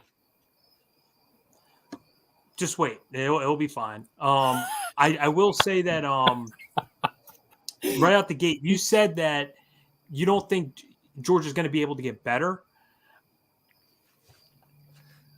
This is going to be difficult. I don't know about that. Now, I will say, wait, so you can't hear me? I mean, just you keep pause going. in like every 15 seconds. Yeah, just keep going. Just keep going. It can't get any worse. Yeah. Okay, so, well, I look at the schedule coming up, and I personally do not fear if I was Georgia actually at Tennessee. I think they're tough next 2 weeks, which is kind of shocking to me because we entered the year saying at Tennessee. And this year, Georgia, to me, it's just a weird team when it comes to offense, defense, like week to week. I thought today the defense outshined the offense. And coming into the last couple of weeks, like I thought against Vanderbilt and other games, it was this Georgia team was becoming an offensive team for once because the rush defense wasn't there. And it just seemed very odd where this year you see teams like Ohio State who go from being a very offensive juggernaut to being a defensive team this year. Tennessee the other way. Tennessee's more of a defensive team this year. So it's really unique when you look at it. And coming up, Georgia's got to play in some shootouts potentially because Missouri has Luther Burden and Brady Cook. I know like he's had like a game or two this year where he turned over the ball. Traditionally, he hasn't turned over the football. Or even if he's not an all-world guy, he's not going to lose you the game. And he's got a guy like Luther Burden that you haven't played at receiver all year. Ole Miss, Lane Kiffin, you might blow him out, but he also, if Ole Miss is dialed in early, like that's the thing with Georgia. Where's the first quarter dominance on the defensive side of the ball? Because if they start out the first quarter and their defense is clamps, you're not going to beat Georgia.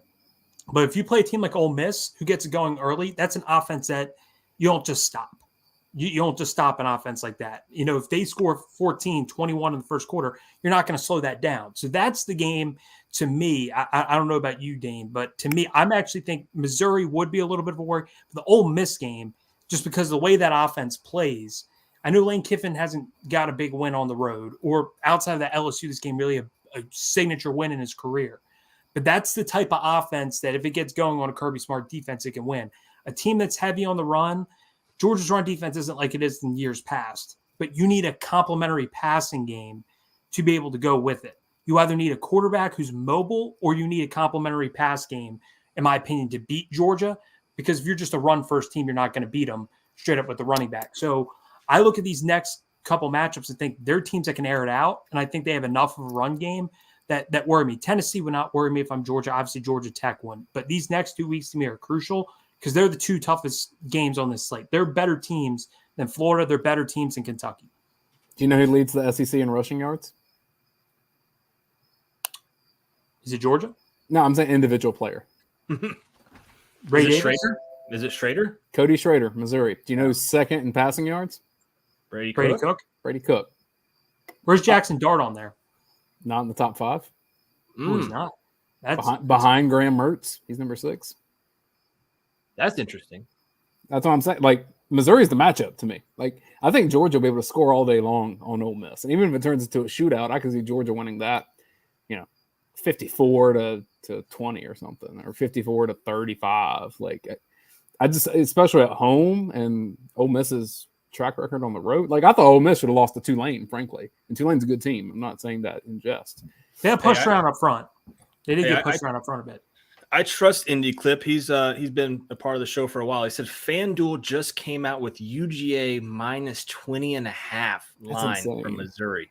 If they cover that poll, you have to say that's Georgia's best performance. I will shave my hair into a mohawk if they cover that. That is crazy. You don't have much hair to shave into a mohawk, but let's calm down, okay? If Georgia covers that, it's winning a national championship. You don't have much hair to shave into a mohawk. I give Roddy a better chance. If Georgia covers that spread, it's winning the national championship, period. I mean, he's just throwing stray bullets out here, Roddy. Is this young man, Ben Choppy Bachman? Now, because, he was the first one to predict Asa Newell to Georgia. He's got a little big in the britches now, So congrats on that, Ben, by the way. Congrats. We'll worry about that tomorrow, Paul. If you let me on, just like the previous weeks where you just refuse. You never show up. You never show up in the waiting room. It's weird. Can't let anybody on if they don't want to be on. I'm just saying. All these media guys from other stations, so you can't put your own coworkers on. Such a disgrace. Roddy, you've been listening in on this. Your mic's cut off, by the way. That ain't better. Yeah, you're good. Yeah, there he is. I don't even know how I did that. I was listening to y'all making fun of people without hair or cutting your hair into mohawks, and then come on, I'm like, man, that's bad timing. So I just got back with Reggie Chapman. We were filming some stuff for 11 Alive. Reggie's the man. He is, and one of the questions he had was talking about, well, what about these next two games coming up? And I thought of something that Georgia's been away from home for a while. We had all those home games. It's just great. What was it? 4 in a row, something like that. Mm-hmm. How many? It was a ton. It was a lot. Let me see. Yeah. I think the first 4 of the first 5 at least. Yeah, 4 of the first 5. 5 of the last 5 of the first 6. But then you go to Vandy, then you have off week, go to Florida. So basically we have a month before they're back in Athens. And Missouri's a better team. Top to bottom, front to back, soup to nuts than Florida is. No question in my mind. But you get them at home. And the crowd's going to be worth at least one illegal procedure call, one offsides call. You're getting them at home. Kirby Smart has made it so that the Georgia fan base, Texas A&M can talk about the 12th man all they want, but Georgia didn't know how to cheer before Kirby Smart got here. And I don't mean that in a silly way. I remember we would have long knockdown, drag out fights on the dog vent. The older folks in here will remember this, between the people that would stand up for the whole game and the people that wanted to sit and wanted you to sit down in front of them. They were the people that were sitting were called the wine and cheese crowd. And the people who were standing, they were always talking about the rude people in front of them. I'm 75 years old. I can't stand for 4 hours. And a lot of times they would cheer when something good happened, and they get loud on third down. But Kirby's like, no, I need you to come in. Go back to that Arkansas game, that noon game when Arkansas came in undefeated. And they're like, I need you to be here early. And they showed up early for game day. And you walked in and that place it felt like LSU. It felt like Neyland Stadium. And it's just sideways from the get-go. And then all of a sudden the team has 3 or 4 illegal procedure calls in a row, or at least in the first quarter. Playing in Sanford Stadium now is tough. It can be a nightmare. You get in front of that student section, and it's just absolutely miserable. And he has them getting teams jumping off sides. He has, he makes it so that your offense is screwed up. You have to be perfect. So getting Missouri at home is just a huge, huge asset for Georgia, a huge advantage. And I think the biggest question we had was, what will Georgia look like without Brock Bowers? Because he saved your butts at Auburn. Whenever you needed to play, you could go to 19. And what can you do when you don't have that? Well, when you need to play, you can go to 84. Mm-hmm. Even at Auburn, his first game back, he's 3 first downs on third down. 3 third down conversions. Last week against Vandy, he was there. Today, he had those slammed on the brakes, takes it in. He's going inside, then he goes back outside, scores a touchdown. And again, we saw on that first drive where Georgia gets down 1st and goal from the 5, they can't punch it in. Well, he's like, we're not going to worry about red zone. I'm going to score from outside the red zone. I'm just going to take it in for a 30, 40-yard touchdown. Having him available is knowing that he's there. And if you want to double him up, well, we'll go to Rah-Rah or Dominic Lovett. And can we still throw to the tight end? Yes. We got a guy doing one-handed catch, and that catch down the sideline, I thought, from Oscar Delp was fantastic. And I think Paul might have actually come to a camp where we had Oscar Delp there, and he ran. We didn't have a lot of tight ends in that thing, and we ran his legs off. Is there a story here? Because Paul just rubbed his face. No, Paul occasionally comes to our rivals camp. So it's just that Paul did a little work. Yeah, that's what. Yeah, he does a work. But and then Pierce Berlin, same thing. Like the following year, we had Pierce at a camp, and we put those guys through the ringer, and they caught everything. And I think both of them won the MVP award for wide receivers. So they're as tight ends, but so those guys can catch. And I thought that Lawson Lucky, he got in. There was an inside zone run. He picked up the most dangerous man on the outside, got rid of that play side, set that play side block. It's beautiful. Georgia picks up a third down conversion there. In other words, all the questions that you had without Brock Bowers in the game, what will Georgia look like without him?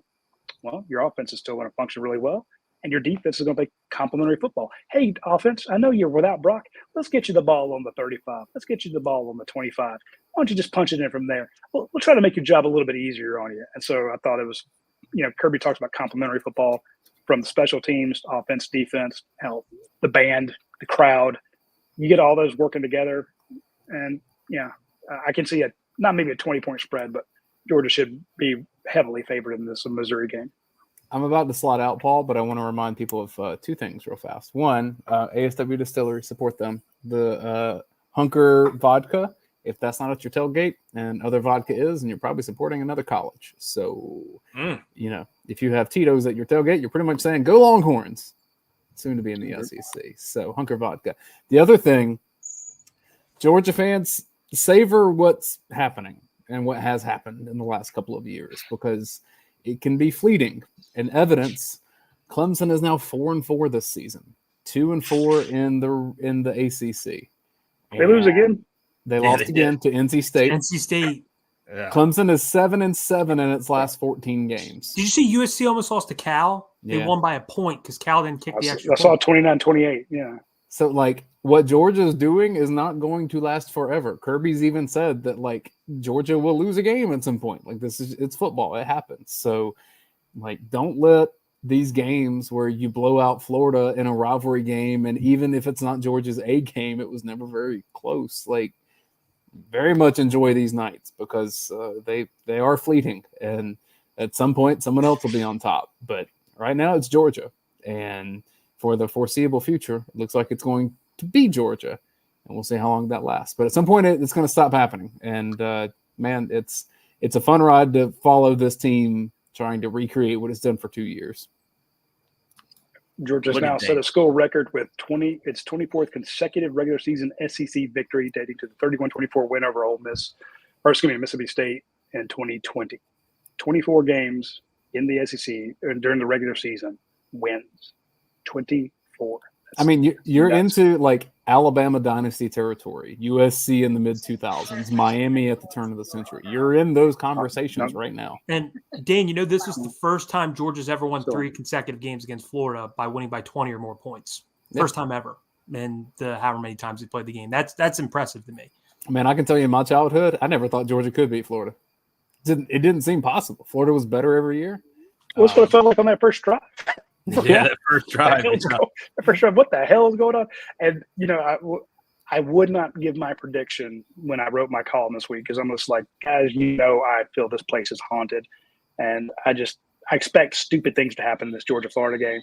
And when they drove the length of the field on that first drive and then we're moving the ball on the second drive, I'm like, I told you, sons of bitches. But to be fair, Tom Whittemore, my buddy who was standing beside me, goes, I've learned not to overreact on the first Florida touchdown.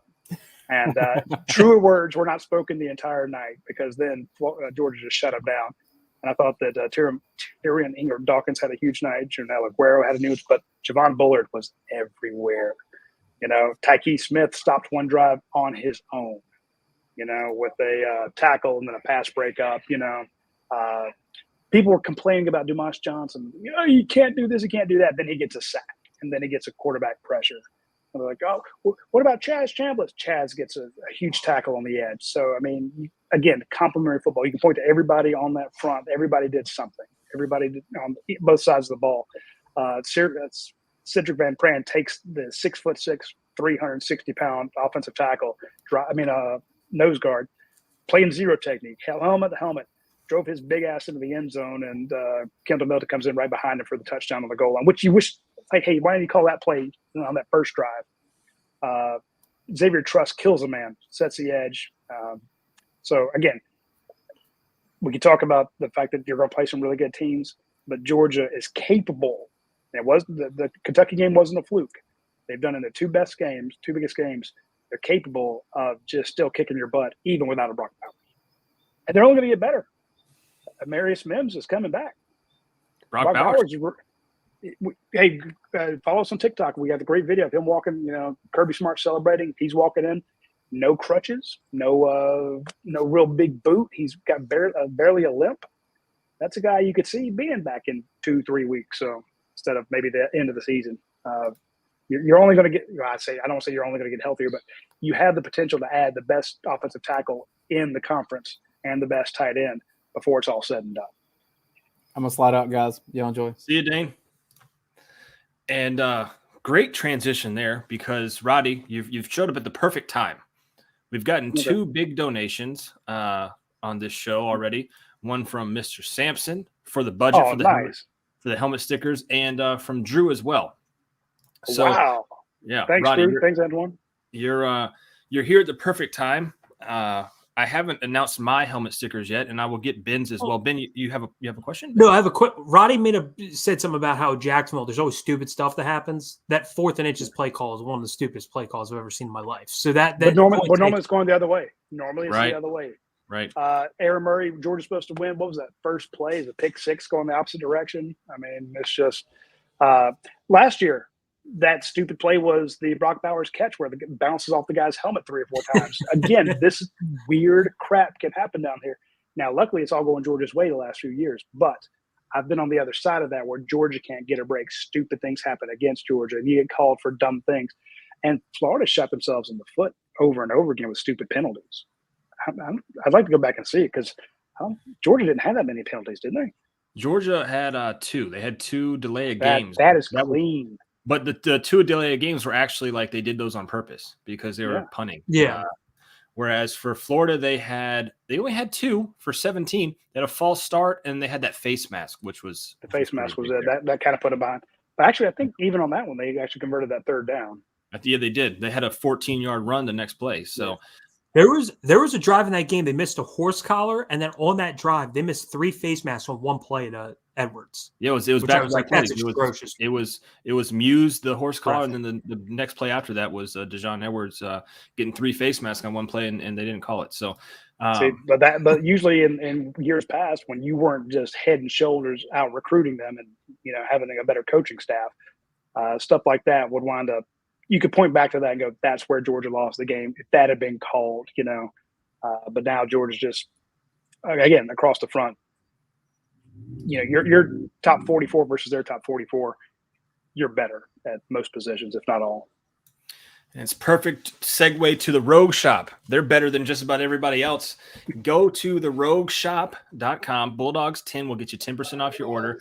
Roddy's probably got a few of those gummies waiting to hit him when he goes down to Jackson. Well, he's in Jackson. I got a lollipop. Yeah, he's got a lollipop. He's going to hit the street here in a little bit. But they are also a great sponsor of UGAsports.com. They love talking football. So head over to the Rogue Shop, get your lollipops, your Delta 8s, your Delta 9s. They might even have Delta 10 by now. They've got all of it. So they will help you get right and help you get to sleep here. But before you go to sleep tonight, Roddy, you've got some helmet stickers to give out. We've got a big budget tonight, so don't hold back, my friend. Who do you want to give some to? I got to give one to Javon Bullard. Again, I thought he was everywhere, led the team in tackles. I thought that was huge. Whoever on the coaching staff spent extra time realizing that Georgia could block a punt or a kick. That was one of the things, and I would show you on my phone the person that texted to me saying, expect a punt or a block kick, but I don't want to give away who that person is because he told me, said, look, they worked on it extra hard this week. They saw something on film. And as soon as it happened, I mean, I was before they'd even announced where there's going to be a safety or what. I'm like, you were right. So I'm texting him immediately. So the special teams staff seeing something and then implementing it, and Kirby Smart saying we can come after one of theirs. I thought that was a huge game changer right there. That just kind of destroyed any hope that they may have had. Trying to think. Smile London. Not getting suckered in on that pick 4th down play. The one that Ben was talking about. He was blocked. He got off the block. And I thought that the guy they sent out to catch the pass that would have been resulting from that was uncovered. So I was saying that he saved a touchdown. But then watching the replay, no, even the rest of the defense they had it covered. So that play was screwed up from the beginning, but Smile London was able to tackle him. Again, that was the whole game changed right there. So give me Javon Bullard, Tyke Smith stopping a entire series on his own, and Smile London on the defense. And maybe let's give one to Tyrion Mingo-Dawkins for finally being back.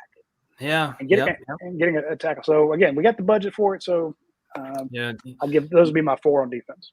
You've taken a good bit of the Hey, pieces boss's over there. prerogative. Ben, do you want to go next? Go ahead. Yeah, so I'll start off with Marvin Jones because I thought on some of those screens and some of the he got some pressures that didn't result in sacks, and on some of the screens, it's the small plays. It's the plays you like. There are those players when they talk about like they don't show up in the box in the box score. They make key plays because they're unselfish. That's what Marvin Jones did a lot today. Now on offense, I know he got the penalty. That's why I was going to subtract them, but Xavier Truss had a block on that touchdown run by Dejan Edwards where he just cleared the defender, just cleared him. And he was consistent the whole game. There was like no pressure on Carson Beck. So I got to give Truss on the offensive line, coming back from the injury, dominant. And then did you give one to McConkey? No, we haven't yet.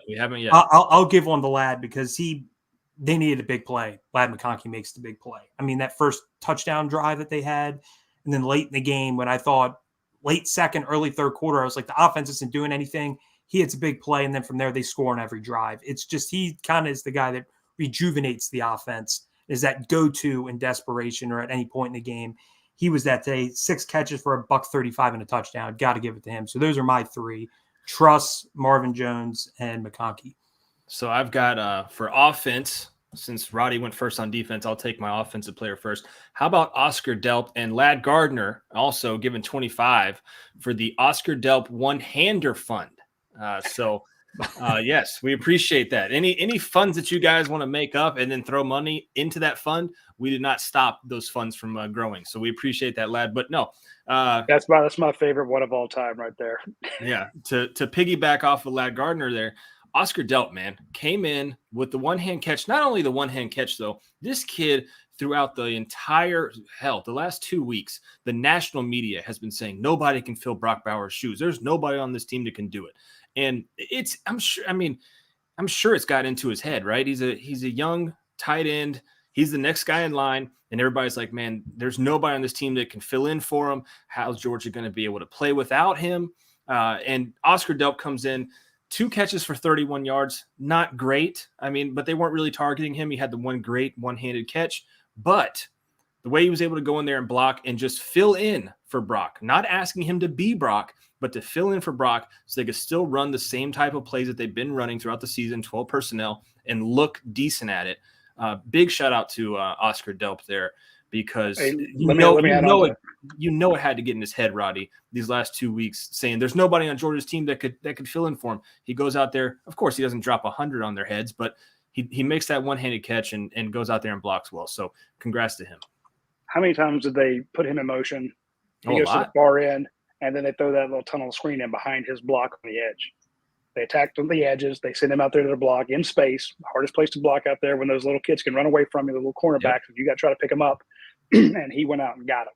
And he set up some huge blocks out there. And again, it's the same type of stuff that Brock Bowers does, to your point. But he wasn't covered in glory, but the effectiveness of him being out there on the edges was big. And then sometimes they brought him in tight. And he had to take on that big number 1 dude, for Florida. So that is a very fair one to give. Yeah. What you got on offense? That's mine on offense. The other one on offense, Dom Lovett. We've kind of, I wouldn't say thrown Dom under the bus on this show, but he's had some drops, right? He's had he's had about a 6-pack of drops. And it's been off and on. That one play, the 55-yard reception that he just made out of nothing and blew past the Florida guys, they needed McConkey to step up. He stepped up in the place of Brock, but they needed somebody to step up in McConkey's shoes to be that number 2. He did that today, 4 for 83. You have to have him moving forward in these next few games. Ladd can't be your only option. He showed up in a big way. Right. Only two on the offense. Only 2. They deserve more, because you got to go to Carson Beck, 300-yard game, no interceptions. Yeah. That's only fair. No touchdowns, but you got him in the right plays. He had a lot of time. The entire offensive line gave him the time to just pick him apart. He had 315 yards or something like that. What was it? 315. Good call. 315. Okay, there you go. No, I'm sorry. 2 touchdowns. Yeah, losing 2. my mind. Yeah, 2. I was thinking for Dylan Bell there. I kind of want to give one to Dylan That's Bell. another one you could give. Are you about to give one to Bell? No. Okay. You can give one to Bell because I got to go Dejan Edwards. Yep, that's a good call. Yeah, that's a good one. Just 97 yards, or excuse me, 95. And as you pointed out, he had 106 last year. Back-to-back years of basically averaging 100 yards against Florida, 2 touchdowns each time he faces them. Got hard yards after contact. Every one of his yards, every one of them's hard. There's no easy yards for Dejan. No. So I thought, but I mean, Dylan Bell receiving and running was big, but I'll let somebody else do that. But I got to go Dejan Edwards and Carson Beck just for having, it's his first time in this game. You throw for 300 yards, you lead your team without getting shaken. He was only hurried 3 times. That's pretty damn good for the offensive line to give him that kind of time. But when you have that time, you got to make the most of it, and he absolutely did. So I'll give one to Mr. Dejan Edwards and Carson Beck. You guys have already covered the top 2 receivers. I thought that was pretty big, but that would be my 2 on offense. The only bad play I'll say about Beck, though, was that run. He should have had a rushing touchdown. He's going to look back on that, and it's like that hole was. No, you know who's going to give him hell is Cedric Van Pran.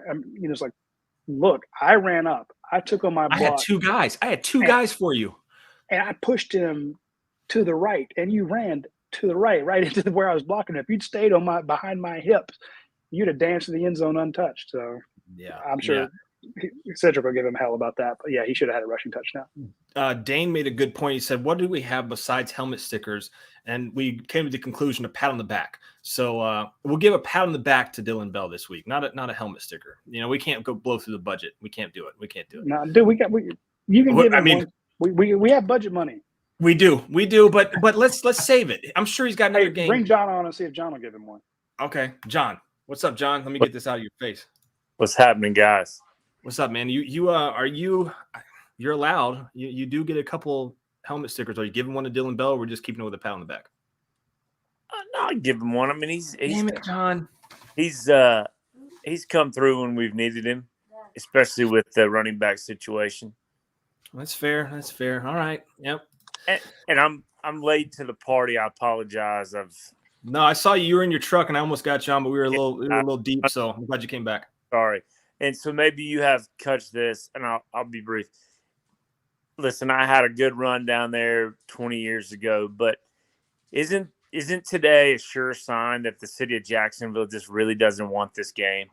And Roddy was there, but it looked horrible on TV. It looked absolute, and I understand like the university have to have the tact that us fans don't, but that's a sure sign that they really don't care about this game. They just want the influx of the dollar. I think it's definitely time to take a good hard look, and I'm sure behind the scenes either school could not have been happy. And hell, a Florida player was injured in pregame. Yeah, their best linebacker, Shamar James. Yeah. Oh yeah, there it is. Yeah, that's. What didn't they just sign like a 3-year agreement or something? Yeah,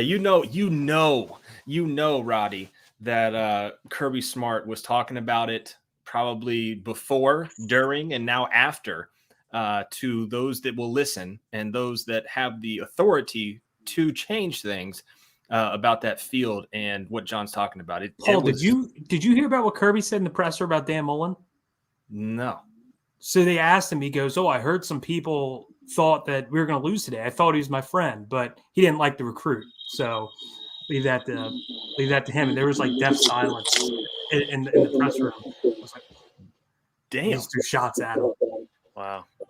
Well, no, I didn't.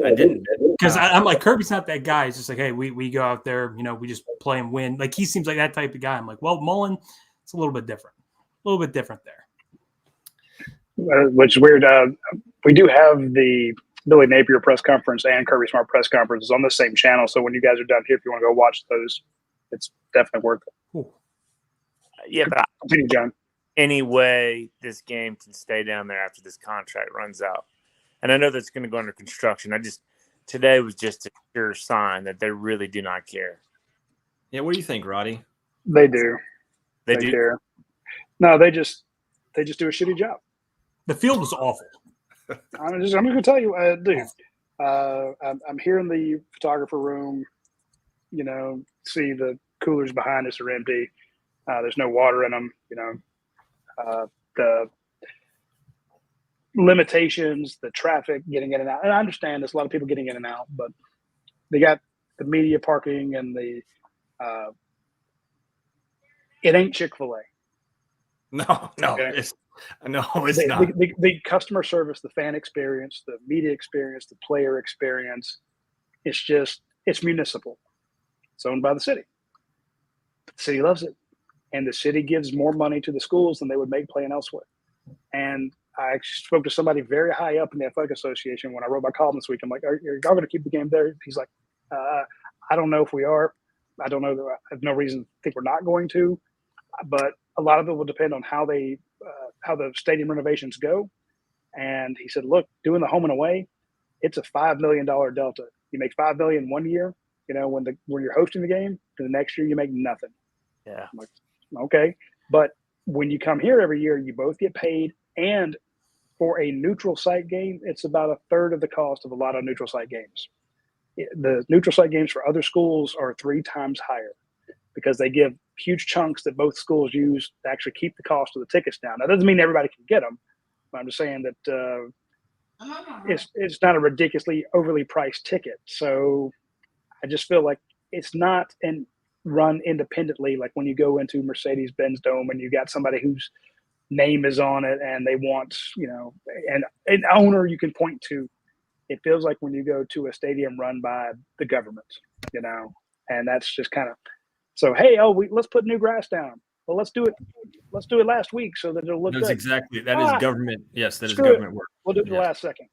Yeah. So if that makes sense, it's not. Do you think, Roddy? I think they want it. They're just garbage at doing it. Roddy, do you think they could do home, away, neutral? Yeah, they could, but because I think that's the most fair path. Because then you keep it. So kids who are there over the duration will be in the swamp, will be between the hedges, and be in Jacksonville. Yeah, and then or you can just keep it here. And you folks, let me, John, you probably know this, but the big money, they have houses down here. Right. They don't just come down for the weekend. They don't think of it as like a mid October vacation. Yeah, they have houses on Amelia Island. They have houses in this area, you know, or they come down and it's some people. It's the only game they go to. And they give a lot of money for other stuff, you know. And when they reach out and go, hey, I don't want to lose this game just so that every other year you can have one extra recruiting thing. You've had the number 1 recruiting class multiple times without moving the game out of Jacksonville. I believe you when you say that you need money for a new locker room. I'll give you, you know, $1 million. I believe you when you say you need to revamp the end zone project. You know, I believe it when you need yet another building, football building with offices and a new weight room.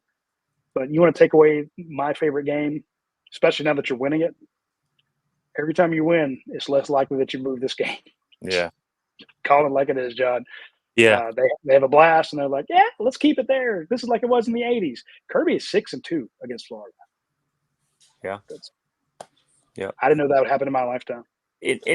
And real quick, do you not think that Sunday night or Monday that this 4-game swing was brought up by him in some sort of battle cry of these 4 games is going to be a gauntlet? I think this happened. Was it 21? We had a 4-game stretch where he, like the month of October, turned into it was hell, yeah. I think that this game on Saturday has the smell to me of that 21 Arkansas game where the crowd is just going to be absolutely rabid. Ole Miss. We were just talking about them. Yep. Yeah, Ole Miss will probably be at night, I would imagine. So you like your chances. I like our chances with our head coach anyway. I don't ever think that we'll be unprepared. But Missouri's hot, but I just have this just smells like Arkansas of 21 all over again. There it is. The Woodchuck man, the legend, John. Yep. Real quick before you said you're going to head out, but does this does this game change your outlook on these last 4 games in a positive way, negative way, or net neutral after watching this game? I just think no, it's positive. I mean, I think that they definitely, and I think we always played Florida well. Other than in 2020, we played them well. We just let them back in the game. I just think that's a game that coach always is going. He wants every game, but I think there's a little extra sauce on this one. Same with Tech, but I think it's a positive sign. I agree with Camp. I'm going to say this. I agree with what Gary Danielson was saying about Carson Beck. He looks extremely comfortable. Where I just didn't feel like it's South Carolina, and it's all relative. But I felt like he's looking more and more comfortable. I felt like he's confident. John, you look more and more comfortable each week, my friend. You come on here. We appreciate you. So, yeah. All right, man. We'll see you next time. See you next week against Missouri, same time. That's it. All right, brother. John's a good one, man. John's a good guy. Before we get out of here, guys, we just hit the 2-minute mark. Indie Clip has got a great question here, and I think that this is relevant because 3 days from now will be the first college football playoff rankings. He says, now here's a question. Where are we ranked on Tuesday? I know it doesn't matter, but if we come in at number 3, UGA is going to have a chip on their shoulder. Ben, I'll start with you. You like the analytics and you like this type of stuff. The strength of schedule and everything. Yeah, you like all that. I think they'll be ahead of Michigan, actually, because Michigan's schedule is worse than Georgia's. So it's bad. Their best win is against – I can't even tell you. This schedule's atrocious, even compared to Georgia. So then you have Washington. They beat Oregon, but they've looked bad. I'm going to go – if Ohio State looks good versus Wisconsin, they might like that Penn State win, even though I'll admit I was wrong on Penn State and the quarterback. I'll admit I was wrong there. I might go – they'll probably do Ohio State 1, Georgia 2 is what I guess the committee's going to do. That's my prediction for them, not what I would do. I'd put Georgia over Ohio State. But I think they're going to put Ohio State as a strength of schedule because they beat Notre Dame and Penn State. They had the big conference win. They have a ranked win out of conference in the non-conference. I think they put Ohio State 1. A lot of people are putting there. So if the committee's doing their formula, they're going to put Ohio State 1. And then I think 2 is where it's probably you and Florida State are battling. So there's only 5 teams that can go in the top 5. Georgia, Ohio State, Michigan, Florida State, Washington. Those are your top 5. Right. What's the order? I think they put Ohio State 1 because they have the best strength of schedule. And then in there, Michigan to me has the worst schedule, but they've been dominant. Washington's been in and out. So I think it's 2 and 3 is Georgia, Florida State, Michigan, Washington, 4 and 5. That's what I think they're going to do based off their metrics. Roddy, are we going to be talking about the number 1 ranked Georgia Bulldogs against Missouri or the number 2, 3, 4, 17? Where we at? Probably the number 2 and them looking up at Michigan. Whatever you think they're going to do, they always do the opposite. I can see them putting them up there just because it's we're failed as human beings. They whatever the topics are, whatever you hear the name on the most, they might put them up there. I can see them going FSU for all. Yeah, I don't know, man. You've won 2 national championships. You haven't lost. It's tough for me to not put them number 1. And see after when you look at what they did to Kentucky and Florida, I'd be like, yeah, those are 2 great wins, and they whipped them. Right, Paul, I agree with you. But that's the AP polls model. AP poll will be number 1, but they remember they have that formula that they talk about. They do the strength of schedule. They do conference championship. They have that checklist. Ohio State apparently is number 1 with the checklist, so they might give it to them, even though this year I don't see how they can win a title when their offense, to me, even though they have Marvin Harrison, isn't impressive at all to me. They can't score on an elite team, in my opinion. Dog 85 is right. They do hate Georgia. Man, it's just going to – They put them 3 last year, right? Weren't they 3? Yeah. They weren't ranked 1, I don't think, right? It was 1 first 3, I think, versus Tennessee. Yeah. I forget it was 2. It was probably Michigan. You're probably right, though, Ben. Ohio State does have the better resume. And they say they don't look at previous years, but it'll all play itself out on the field. Roddy, any final thoughts here from you, sir? I want you to bring on Gary. Oh, I didn't even see Gary. Gary, what's up, man? Hey guys, how y'all doing? Go Dogs! Go Dogs from Thomasville, Georgia. Yeah, there you go, man. There you go. Hey, I think we're gonna have our come out game next week against Missouri, guys.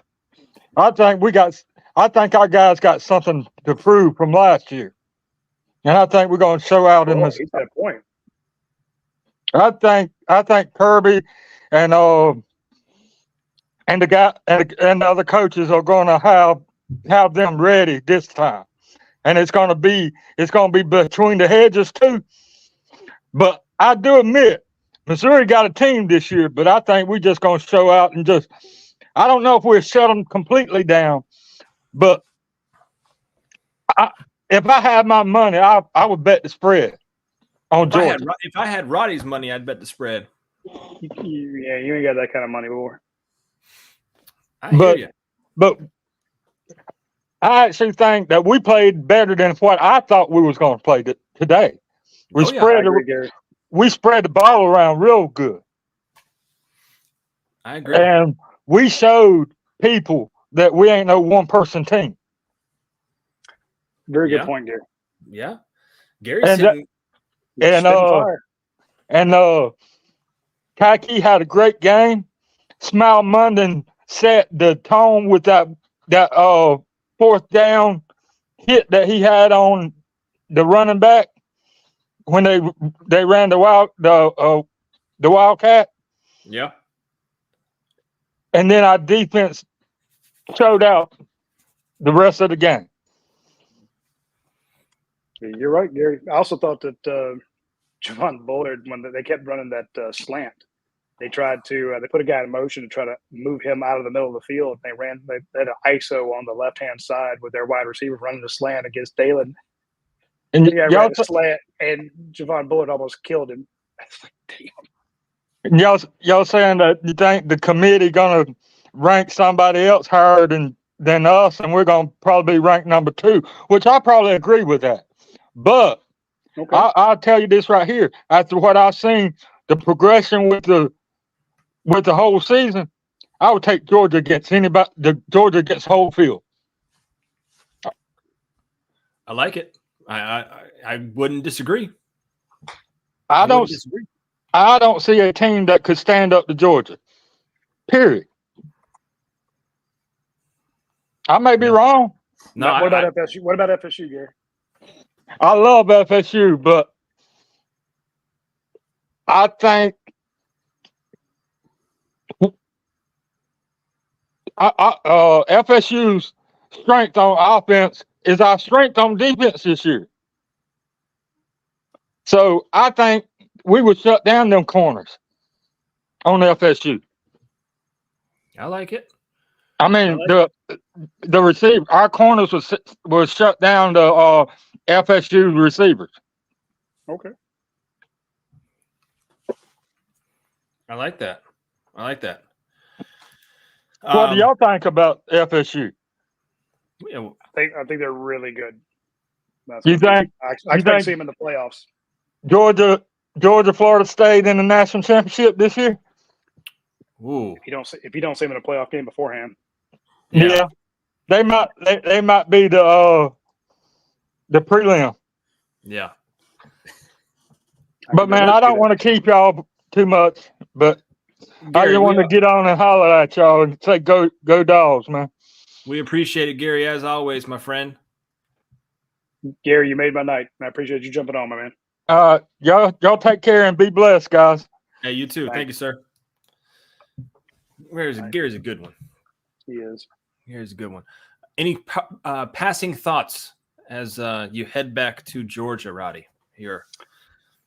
Well, I'm gonna go get some food, go eat some dinner, and edit all these stories that Jason and Trent and Brent and Dash and Jed and Lance. Well, no, Jed's off doing God knows what in New Orleans this weekend.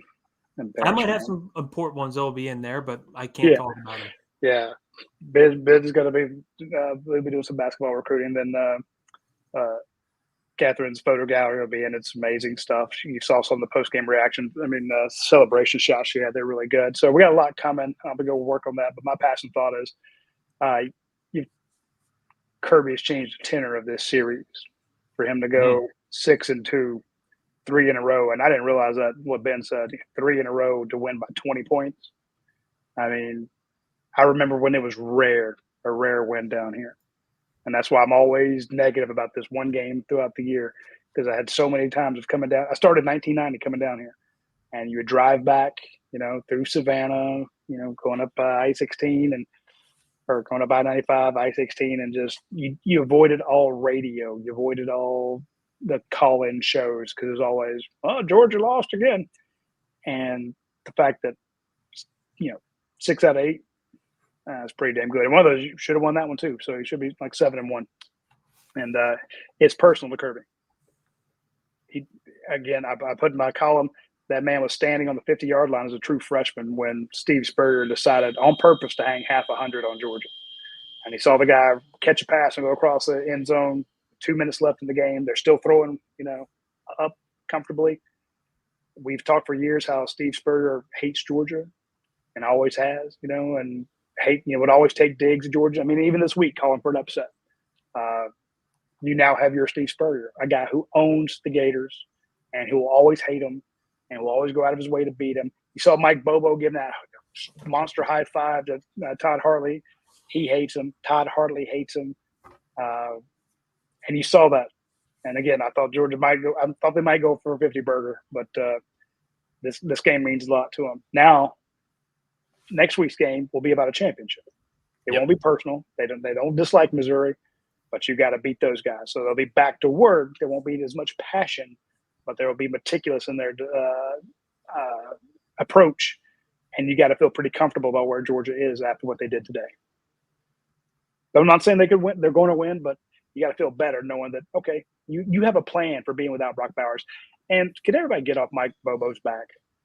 I think everybody is. There were people complaining throughout the whole damn game. And I'm like, were they really? Yeah, I'm like, Mike, okay, I know you hate the runs up the middle, but when they worked very well, but he also, I mean, how many times did Georgia throw on first down? They came out throwing the ball all over the place. And you take away, his best right tackle, you take away his best tight end. And I thought he compensated well, called a good game, and Georgia scored a hell of a lot of points. So, Ben, and maybe next week he'll be terrible. Who knows? I'm just saying, but for a week, let's not bust on Mike. What you got, Ben? I think this was clear cut, either tied or at the very least second best game of the season played by Georgia, without a doubt. And I think, like Roddy brought up earlier, I didn't know if anyone brought it up throughout the time, but Amarius Mims, having him back on that offensive line is huge. Because when you only start like 6 games in your Georgia career and they're still talking about you being picked in the top half of the first round, that goes to show people in the NFL scouting community say that guy's special. And if you can get that guy back versus Mizzou with the way this run game's already each week, the beginning of the season, the running game, I was like the first few games, something just wasn't right. Recently, the last 3 games, the rushing attack from Kentucky, Vanderbilt, Florida has been very efficient. Like the yards per carry has to be 6+ yards per carry in each of those games. And that's the thing. When you don't have Brock Bowers, but you have a run game to lean on and you have protection like that without your best tackle, that gives me faith in your offense. And I think the defense going forward, my biggest knock on Georgia from the beginning of the year hasn't even been the run defense not being normal. It's the pass rush. And today you had your best, performance with the pass rush, and you forced fumbles. Georgia's been traditionally this year the team that fumbles the ball, and they don't force fumbles. They were forcing fumbles today, and they weren't fumbling the ball. So that's something that I think if this pass rush, Jalen Walker, seeing Damon Wilson play today, I don't think I've seen him really play key minutes in the game at all this year. And Michael Williams, who really has underperformed at times, if those guys can keep it going and they have a pass rush, I don't think Missouri stands a chance if Georgia can get to Brady Cook. If they have a pass rush and they're at home, they're not losing. So I think next week, like Roddy said, it's a national championship atmosphere, because I think if you win that game, you're 12-0, and that at least guarantees the playoff, which is all you can hope for at this point after winning 2 in a row. Fair. Yeah, great points. Hey, I'll keep it short and sweet. Dogs keep winning. I mean, you can't ask for anything more if you're a Georgia fan. You go in there 43-20 against Florida. Like Ben said, 3 times in a row now, beating Florida by 20-plus points. You're living in the golden age of Georgia football. Continue to relish every minute of this. You've got a great head coach leading your program. You've got great kids on the field. And, we'll see what they do against Missouri. Like Roddy said, they could wet the bed, but I don't think that's going to happen. I think they're ready for that one. So just like we'll be ready for you guys next week against Mizzou after the game, the POS will be live, same time as this one probably. And we cannot wait to get back here with you. For everybody that commented throughout the entire program, we appreciate it so much. You guys help tremendously. To Mr. Sampson, Mr. Holloman, and Lad Gardner, we appreciate those super stickers there. And we'll see you next week, guys. Big game, big game. We didn't think it was going to be at the beginning of the year, but this is one that I think Georgia fans should have circled and ready to be out there. I'm sure Kirby's going to be at the Monday press conference, Roddy, asking for everybody to get there 2.5 hours early and wear out your voices. So I'm sure you will. But if you're not there, make sure to join us after the game. Recruits will be there, unlike whenever Dan Mullen was coaching. Yeah. I can't wait to watch that clip. Guys, for Ryan Bolsey, Ben Choppy Bachman, I'm Paul Meharry. This is the Postgame Overreaction show, Georgia versus Florida. Congratulations on the victory. We'll see you next week.